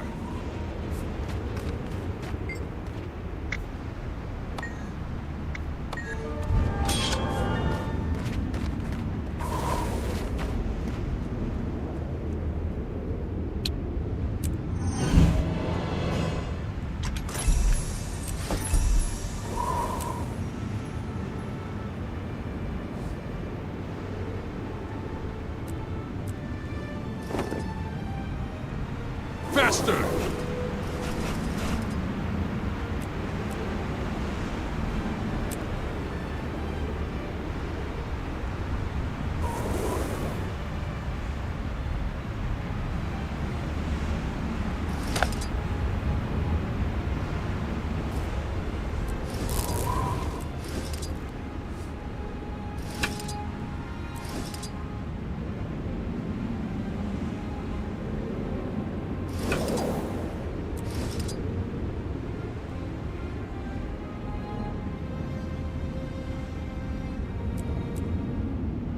Faster!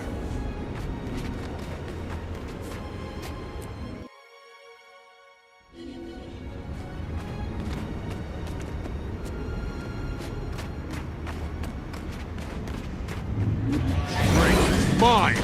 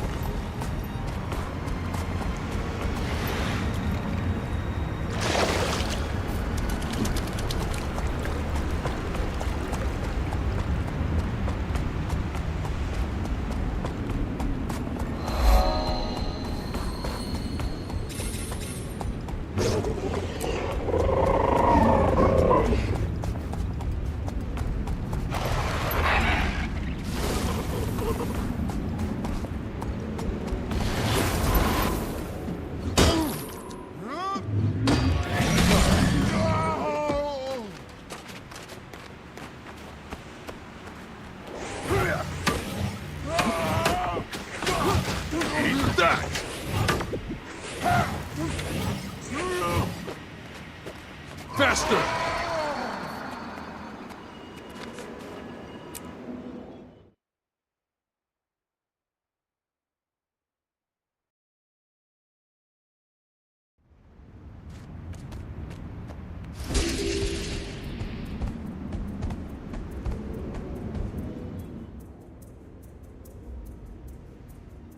By Raven's beak, I'm a Minotaur. Thank you, Spirit. I'll put your blessing to good use. Hey, over here. Looks like we got a straggler. Moo? I better get it in the pen before Vidkun sees one got loose. Come on, you stupid bovine. Fresh meat for the beast. The more Dragon's champion eats, the more it wants to eat. Here, cow, move it! Come on, beastie. Follow me over here to the pen. There's a good smelly beastie. Where'd you get that weapon, brother? From a dead hunter down near Bear's Shrine. Dead, eh? What killed him? Me! Yeah! Get in the pen, beast. There we go. Just wait in there until Vidkun comes back.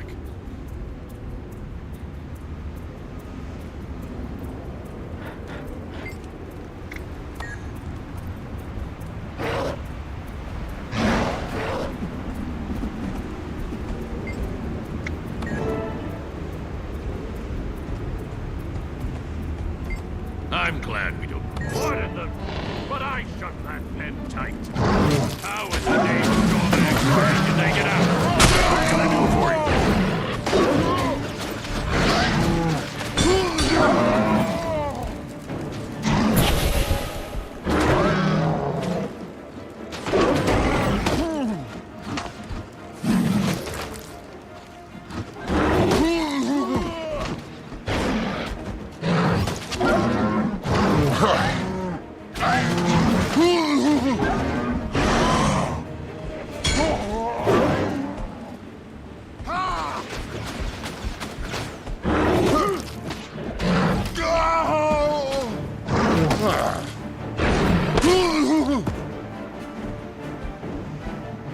Damned Minotaurs! Try not to kill me! Beast wants live prey!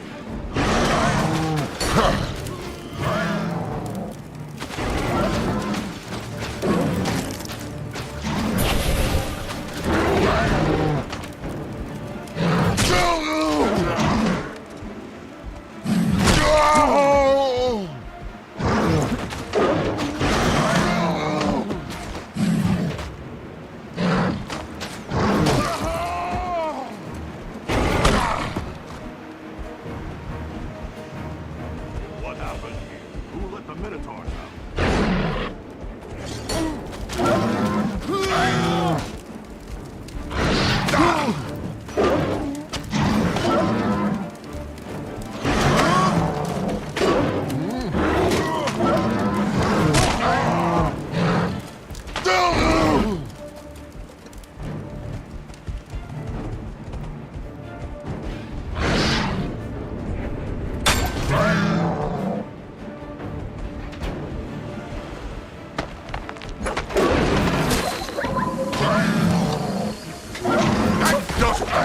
Kill the Minotaurs, my pets!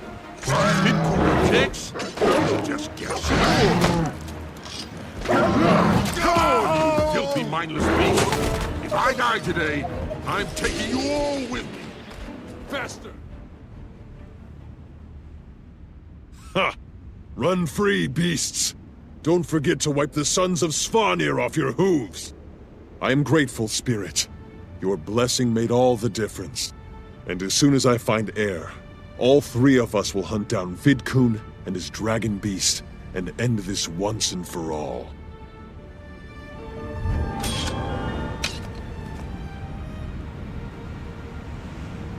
Faster!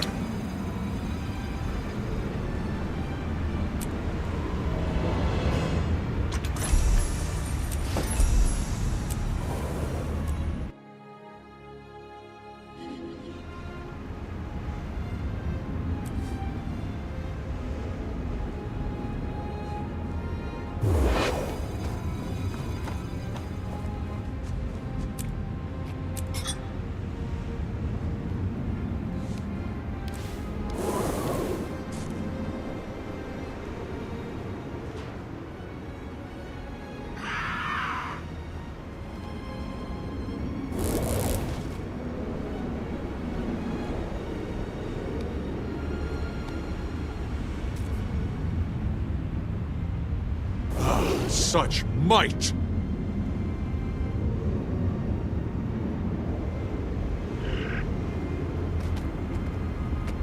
Refreshing.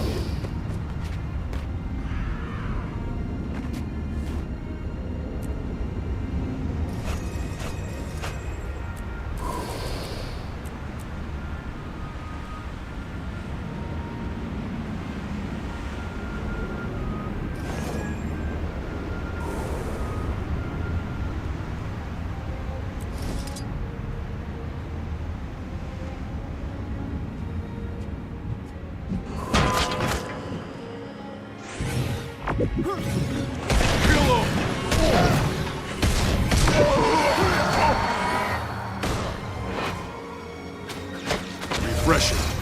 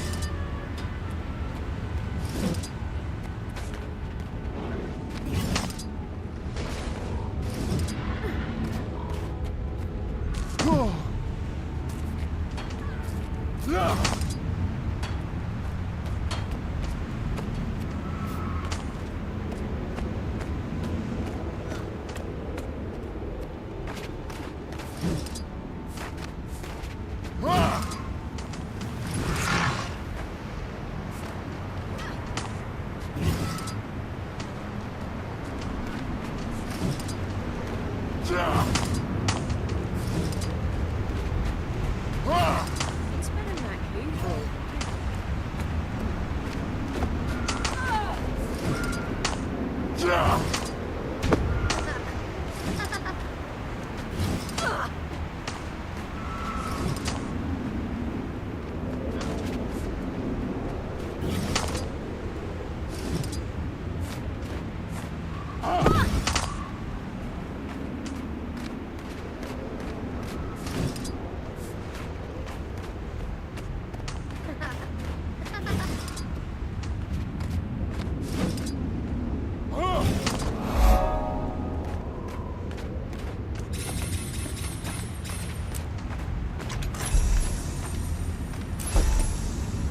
You are a welcome guest.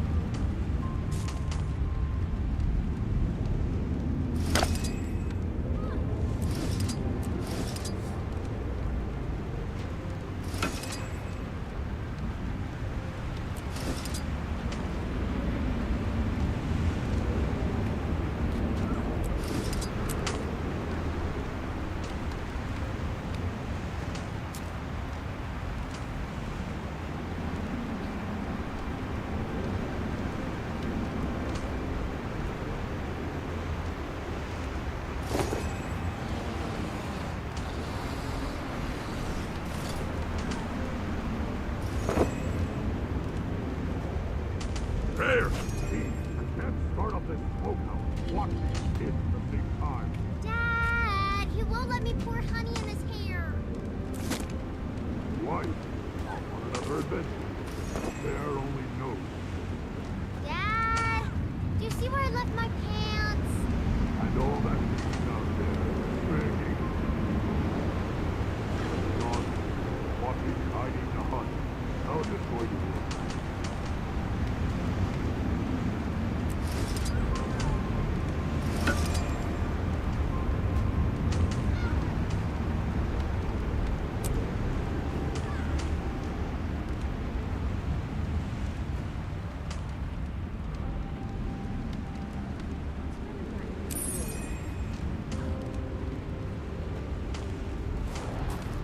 I pray to the spirits, but they rarely answer.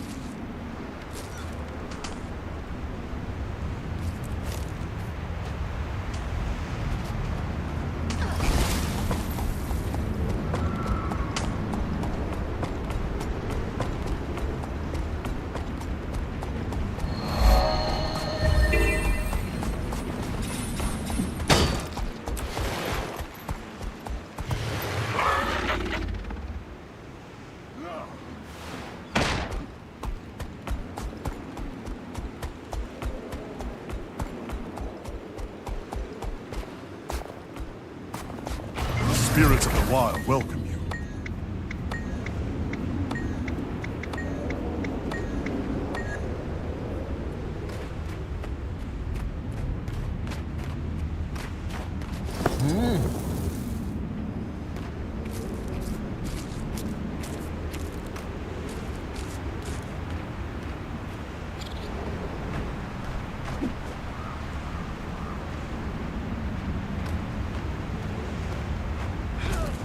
Spirits of the wild welcome you.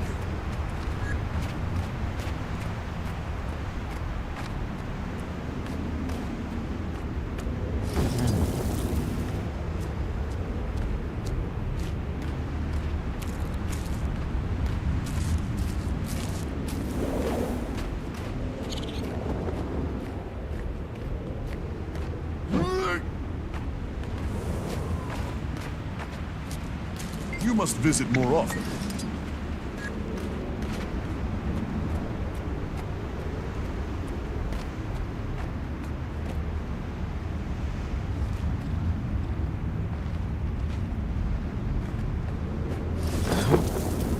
Faster! This day is getting worse.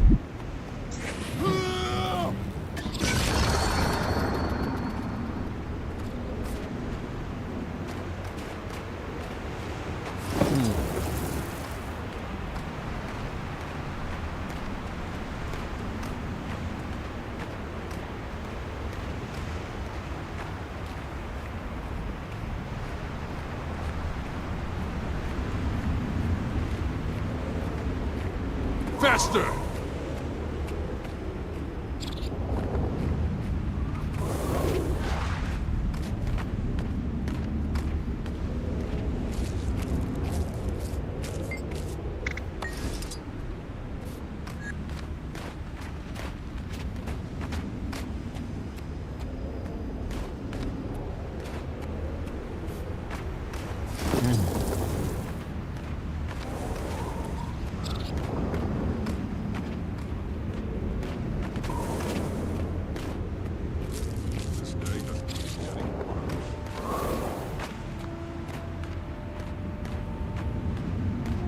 Faster!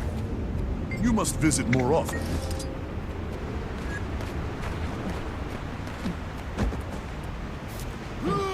I grow weary of this.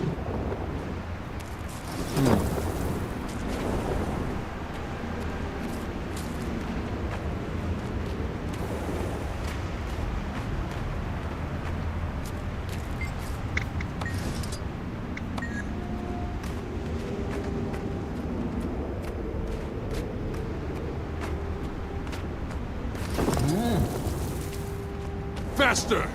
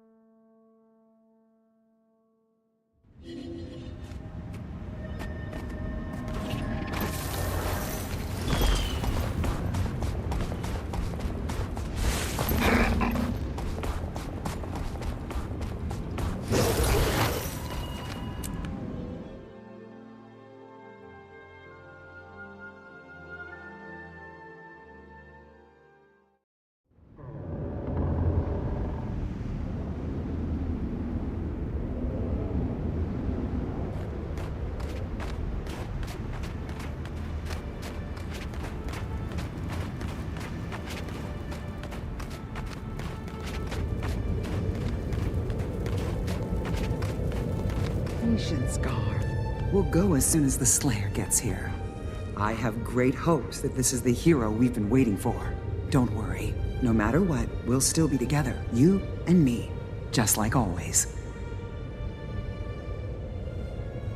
I wish you clear... Welcome, Slayer. Now that the Minotaurs are free, we can concentrate on Vidkun and his beast. I believe they're hiding out near Hunter's Lake. Then we're off to the lake to punish Vidkun and his little dragon minion. Simple. Simple? That creature is a servant of the Ice Dragon itself. You should take dangerous opponents more seriously. Don't underestimate Vidkun's beast. Or Vidkun. I'm not underestimating them. I'm insulting them. Relax, Air. I know this will be a real fight, and I'm ready for it. You have to be more than ready. I used to be as eager as you, but I learned, where Jormag's minions are involved, you can't over-prepare. With you around, I'm learning all the time. Trust me, I'm ready for this. So is Garm by the look of him, perking up his ears at the idea of a fight. Garm's a bit like you. He always enjoys a good brawl. Let's give him one. We'll meet you at Hunter's Lake.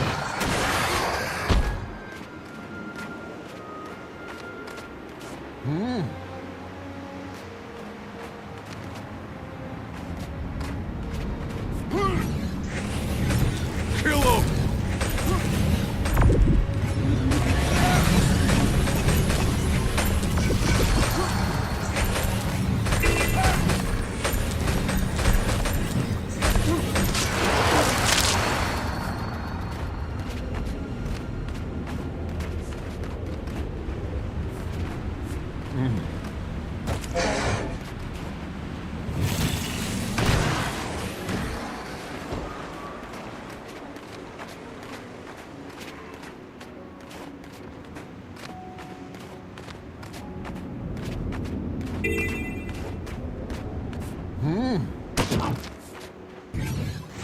him!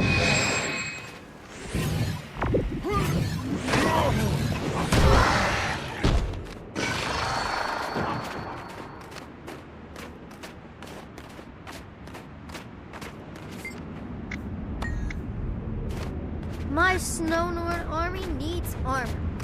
Even scraps it. Anyone help me?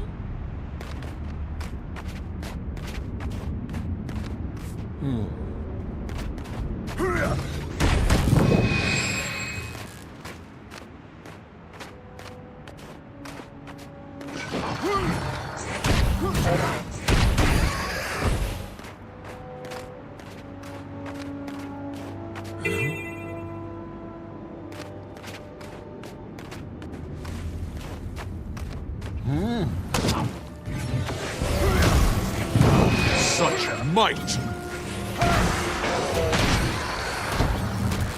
It's my destiny.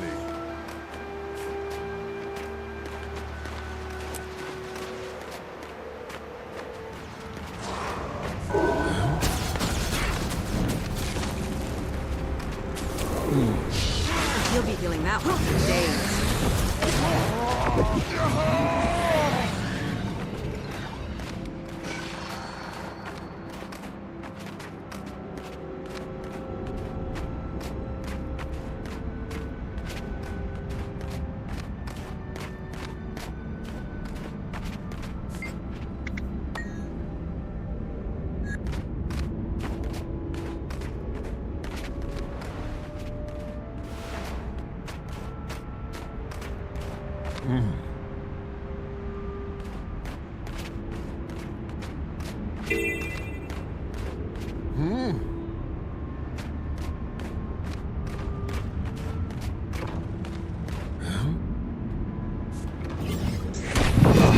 Such might! Kill him!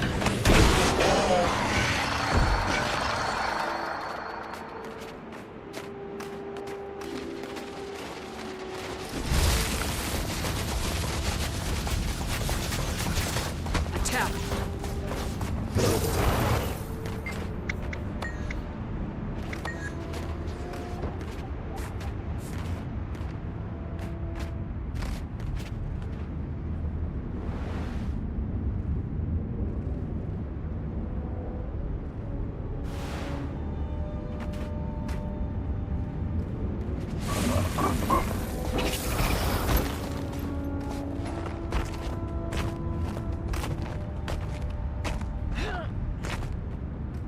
I can build a massive snow army with this armor.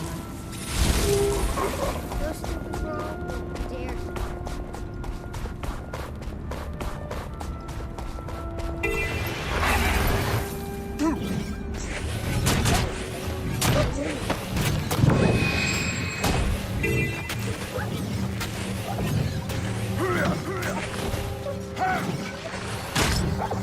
Such might!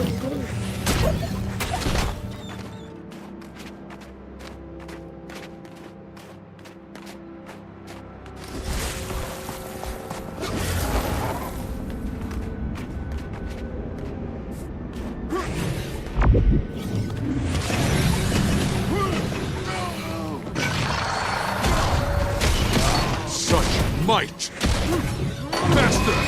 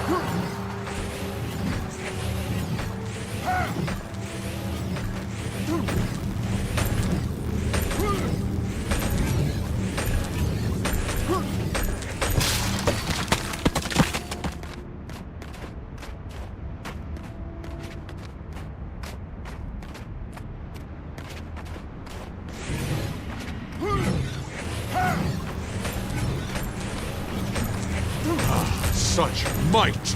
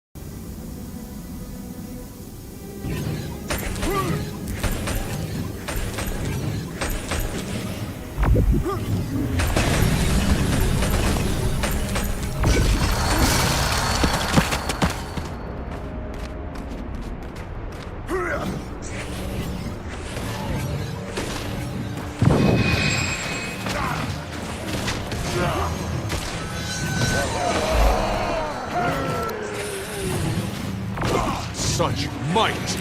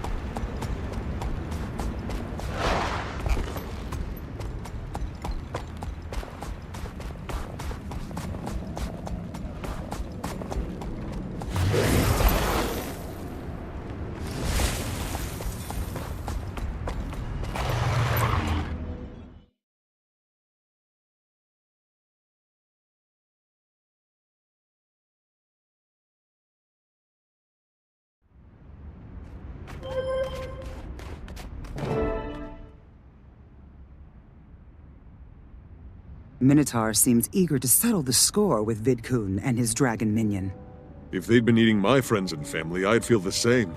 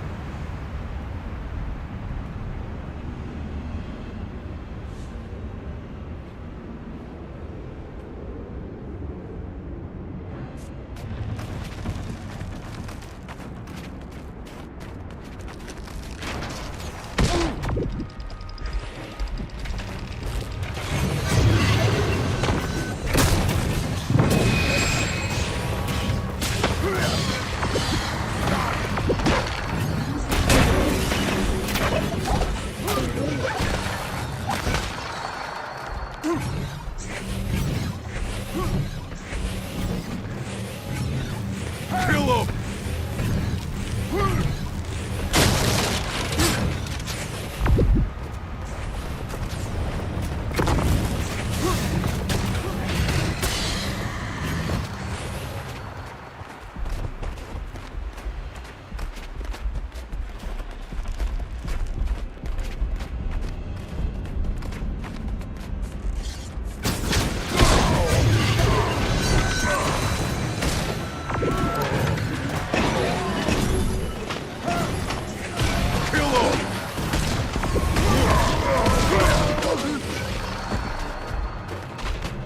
Power hit!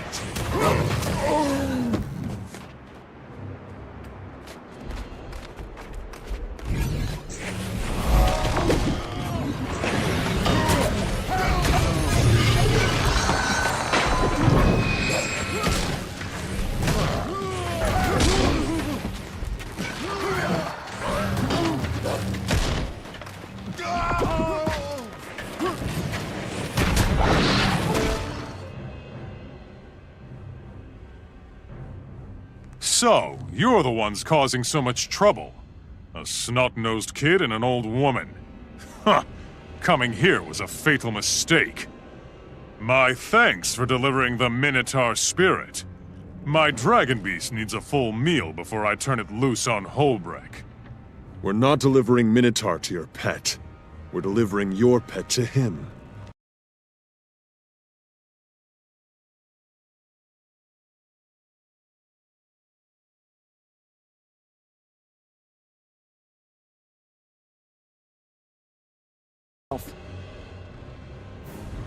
Come, my pet. Let us show them the power of dragon!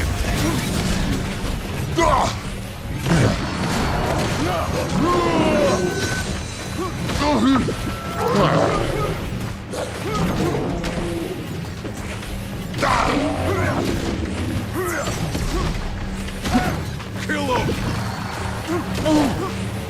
You cannot defeat me! With my minion by my side, I am invincible!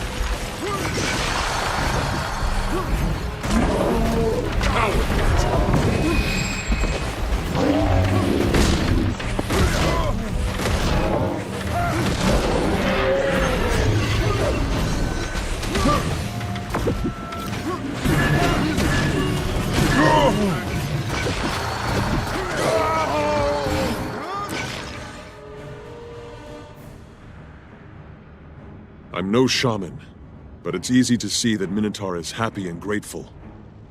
I hope this means no more Minotaur herds attacking caravans. I'd say definitely not. We didn't just stop these sons of Svanir. We expanded our understanding of the spirits. This is a victory to be savored, Slayer. Oh, I'll savor it. If you, me, and Garm ever go out where we're not on the edge of death every step of the way, the savoring will be epic. Ha! Count me in. It'll have to wait, though. I have a hall full of statues to carve. I'm feeling more creative than I have in ages. Glad to hear it. You've spent plenty of time making me look good lately. It's somebody else's turn. You made yourself look good. I'm just here to smooth out the rough edges. I do have a lot more I want to teach you, but you've done enough for one day. Garm and I may call on you again soon. You should also count on us if you ever need help. Until we meet again, may the spirits guide you.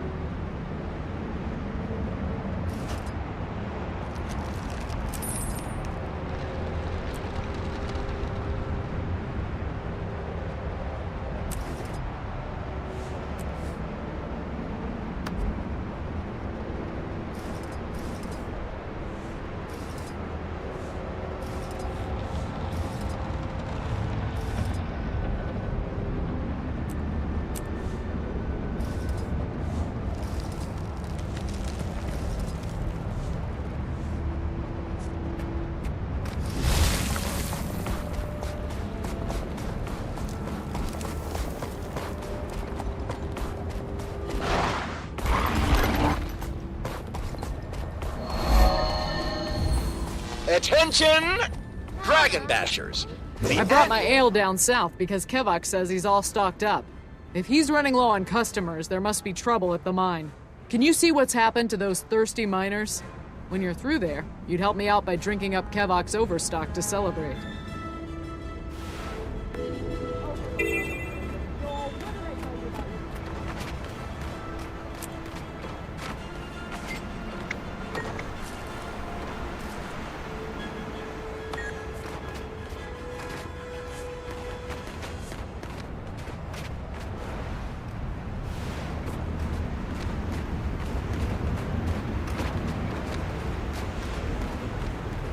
The fight commences now!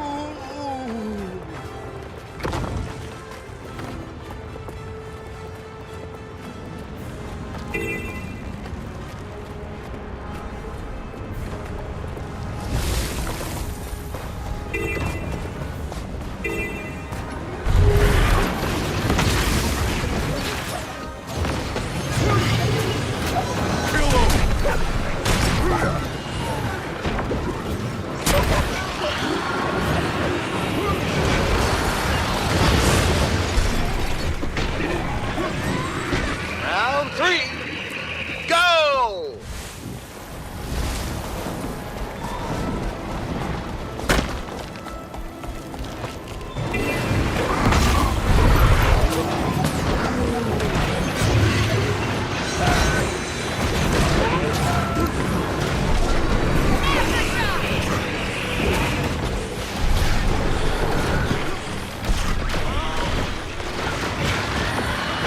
This is the end. One challenge down.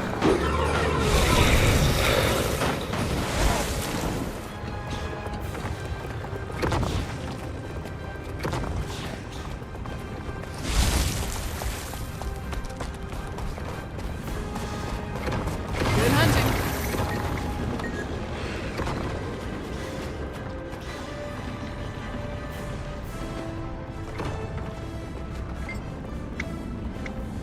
I'm the... What an excellent display of combat! Happy dragon bashing, everyone!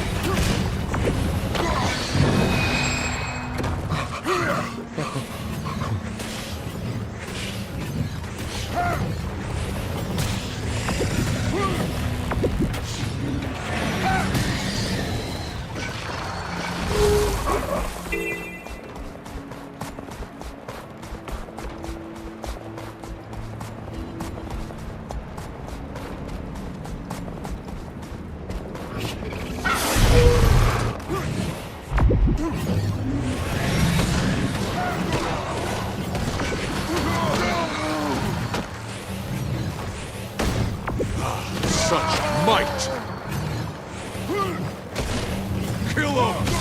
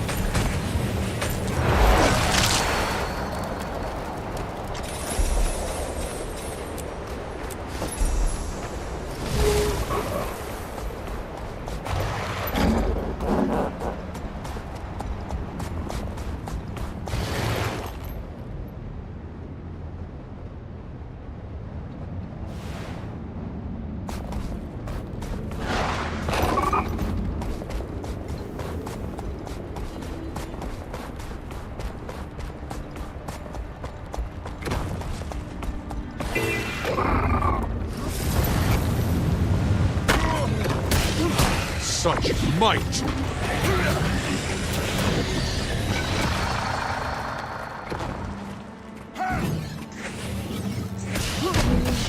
Kill him!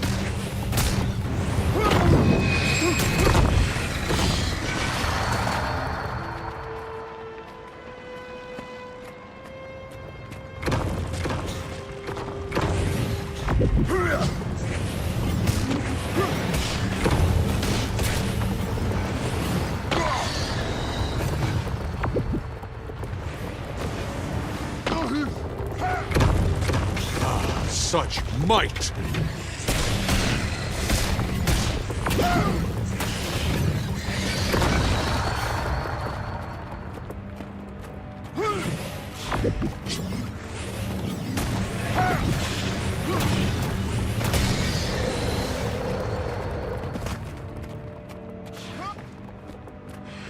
Good hunting.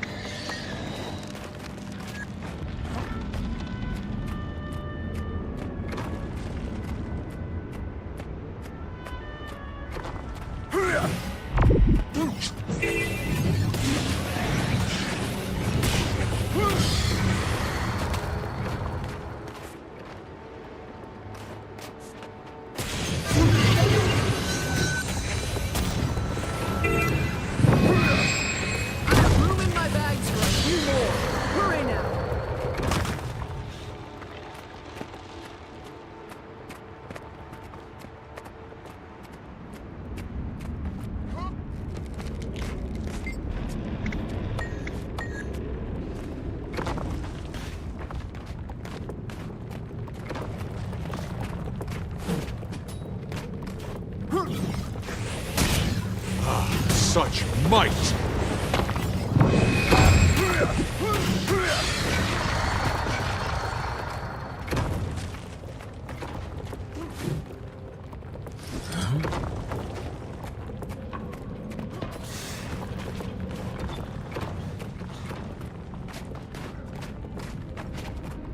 You are a welcome guest.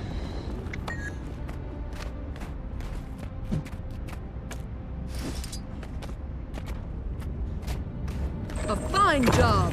Follow me back to the lodge and I'll make the best meal you'll ever have!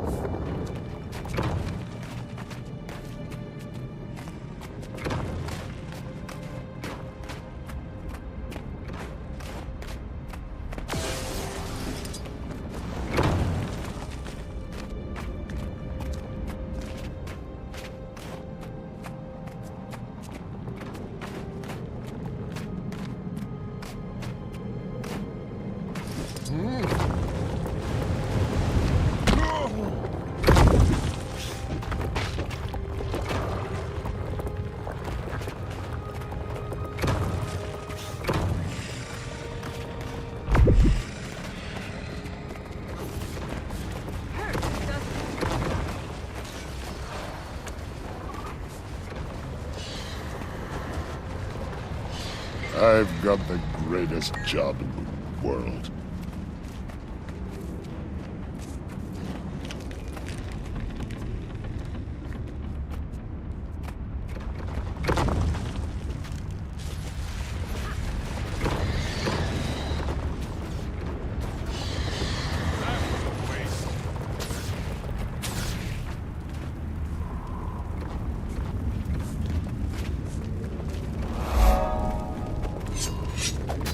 Pay attention!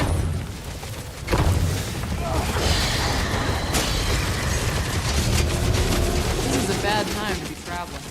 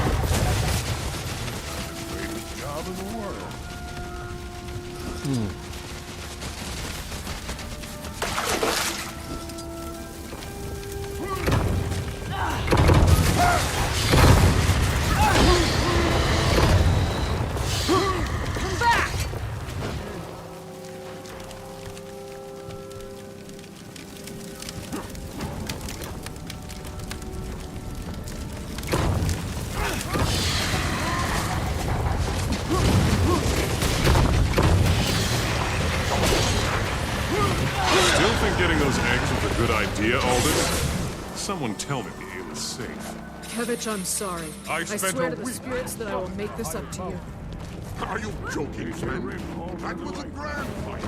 The scholars will be talking about it for months.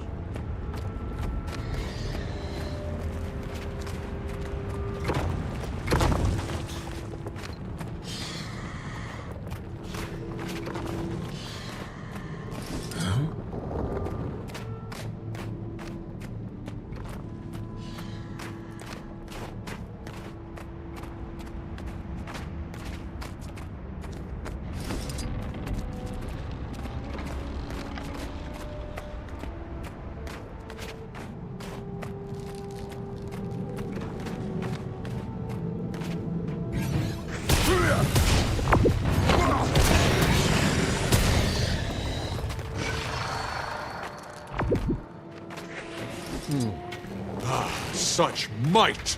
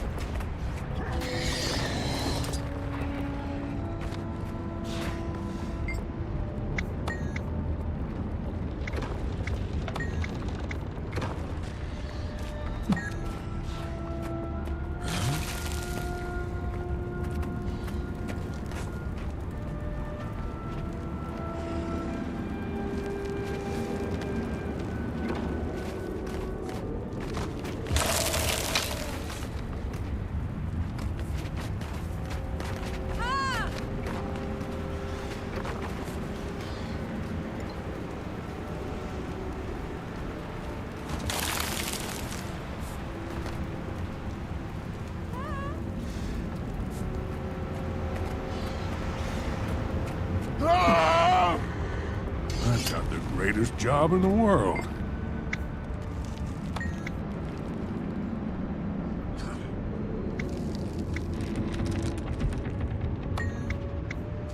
How?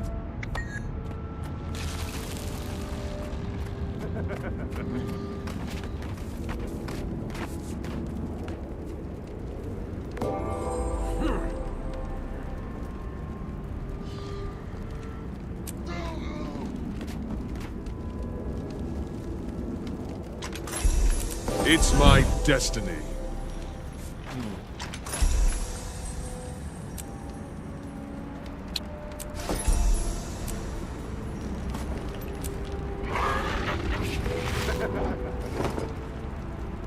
Won't believe it. I killed 100 force.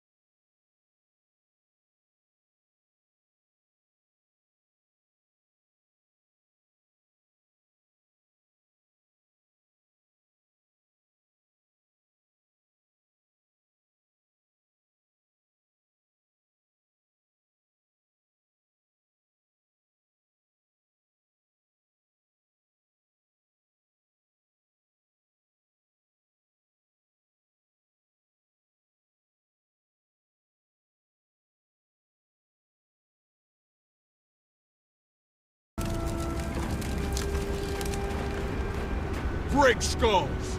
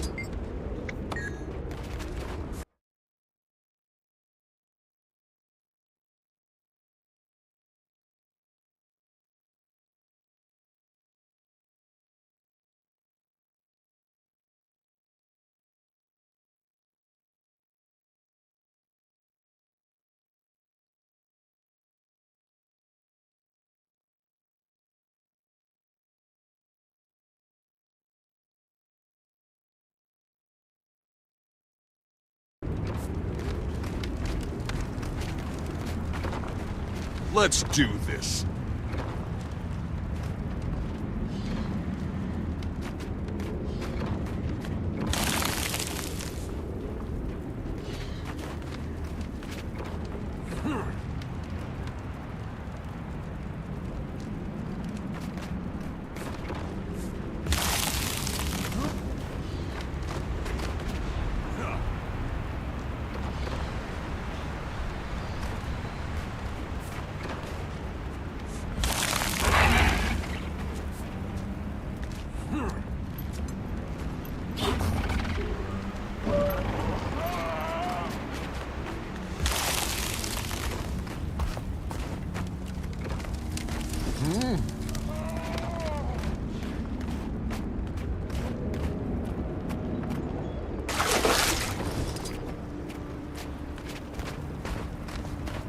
Absol, good to see you.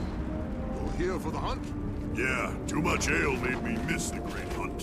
Forward to an epic battle today. Huh. Maybe if you move your drink better like me. Beautiful.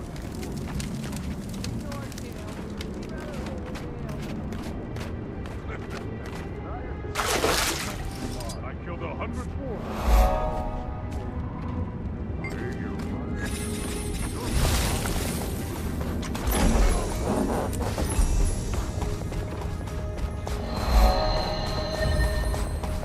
As Lion Guard, it's our duty to defend the trade roads to and from Lion's Arch. That's made somewhat difficult when one of our fortress havens is under constant attack by the Sons of Svanir. We've been so busy going on the offensive against Jormag's worshippers that we barely noticed the Char setting up operations in this territory.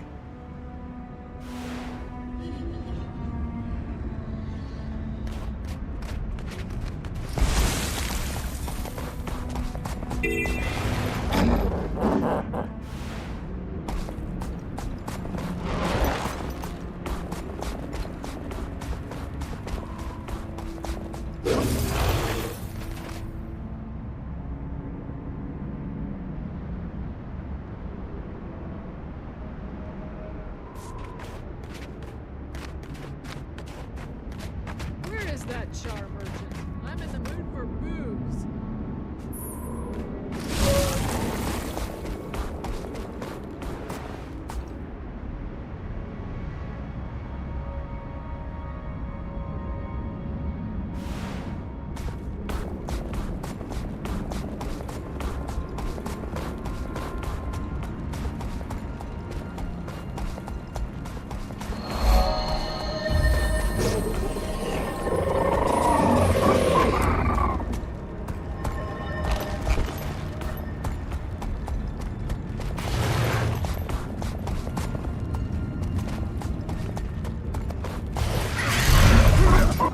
Let's do this.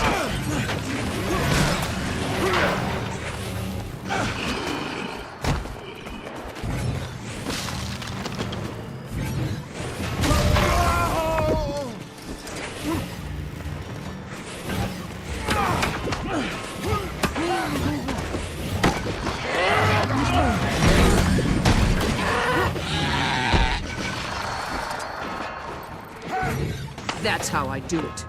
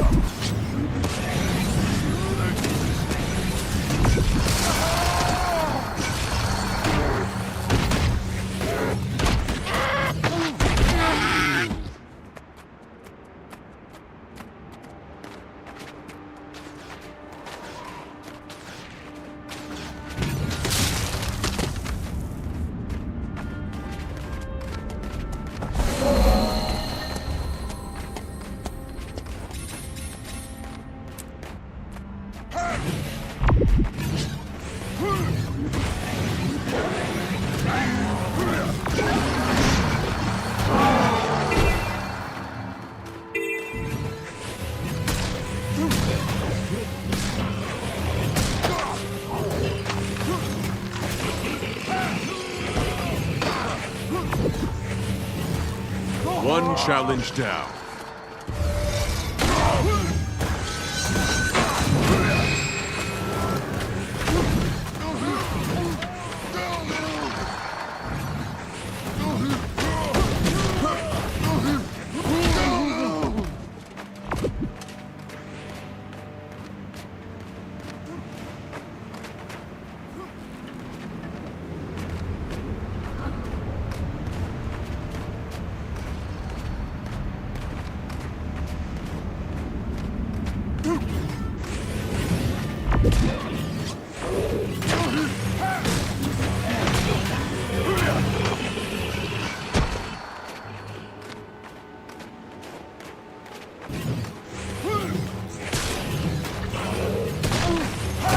Such might!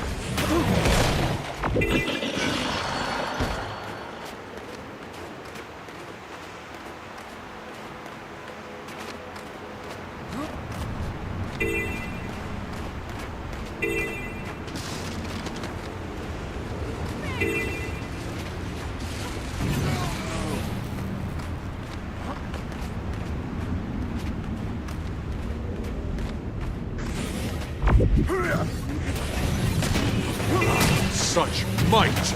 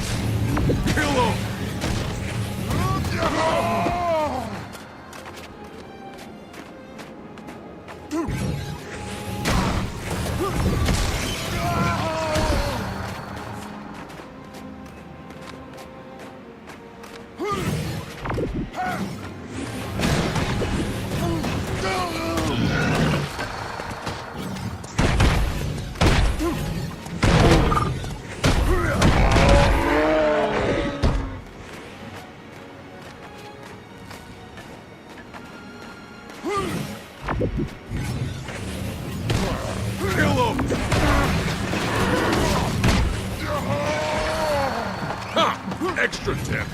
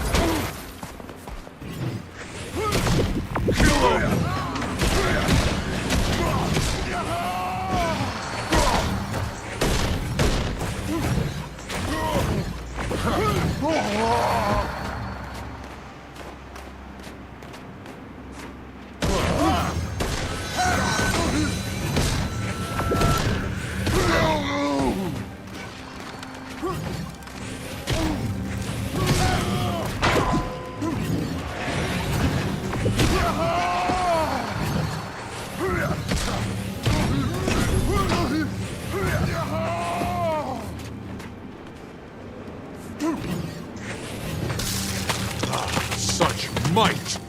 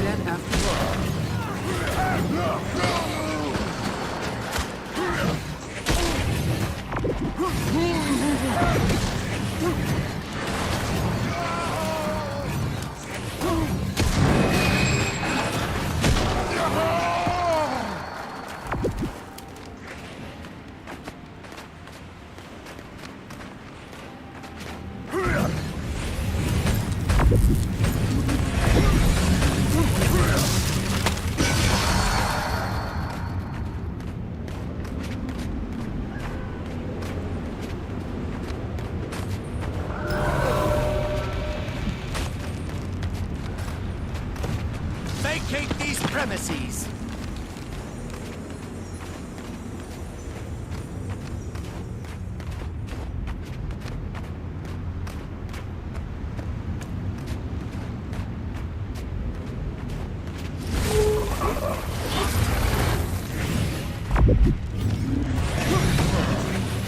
Such might!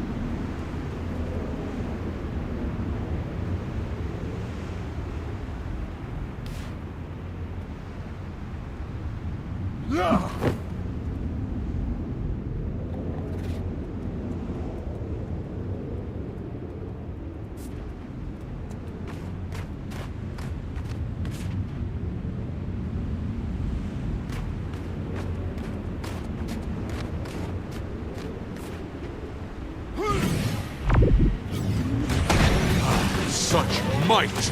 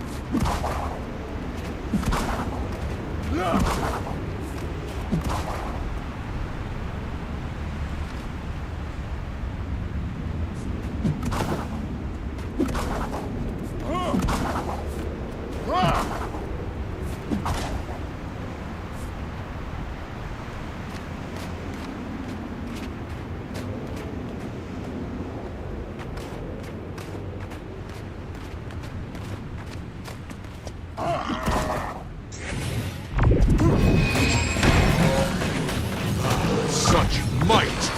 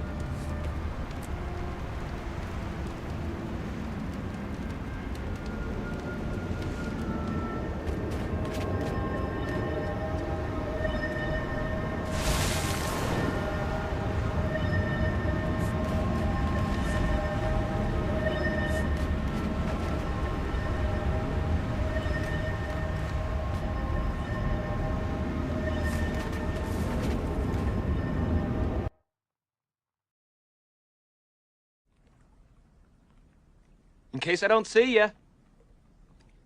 Good afternoon, good evening, and good night. Yeah.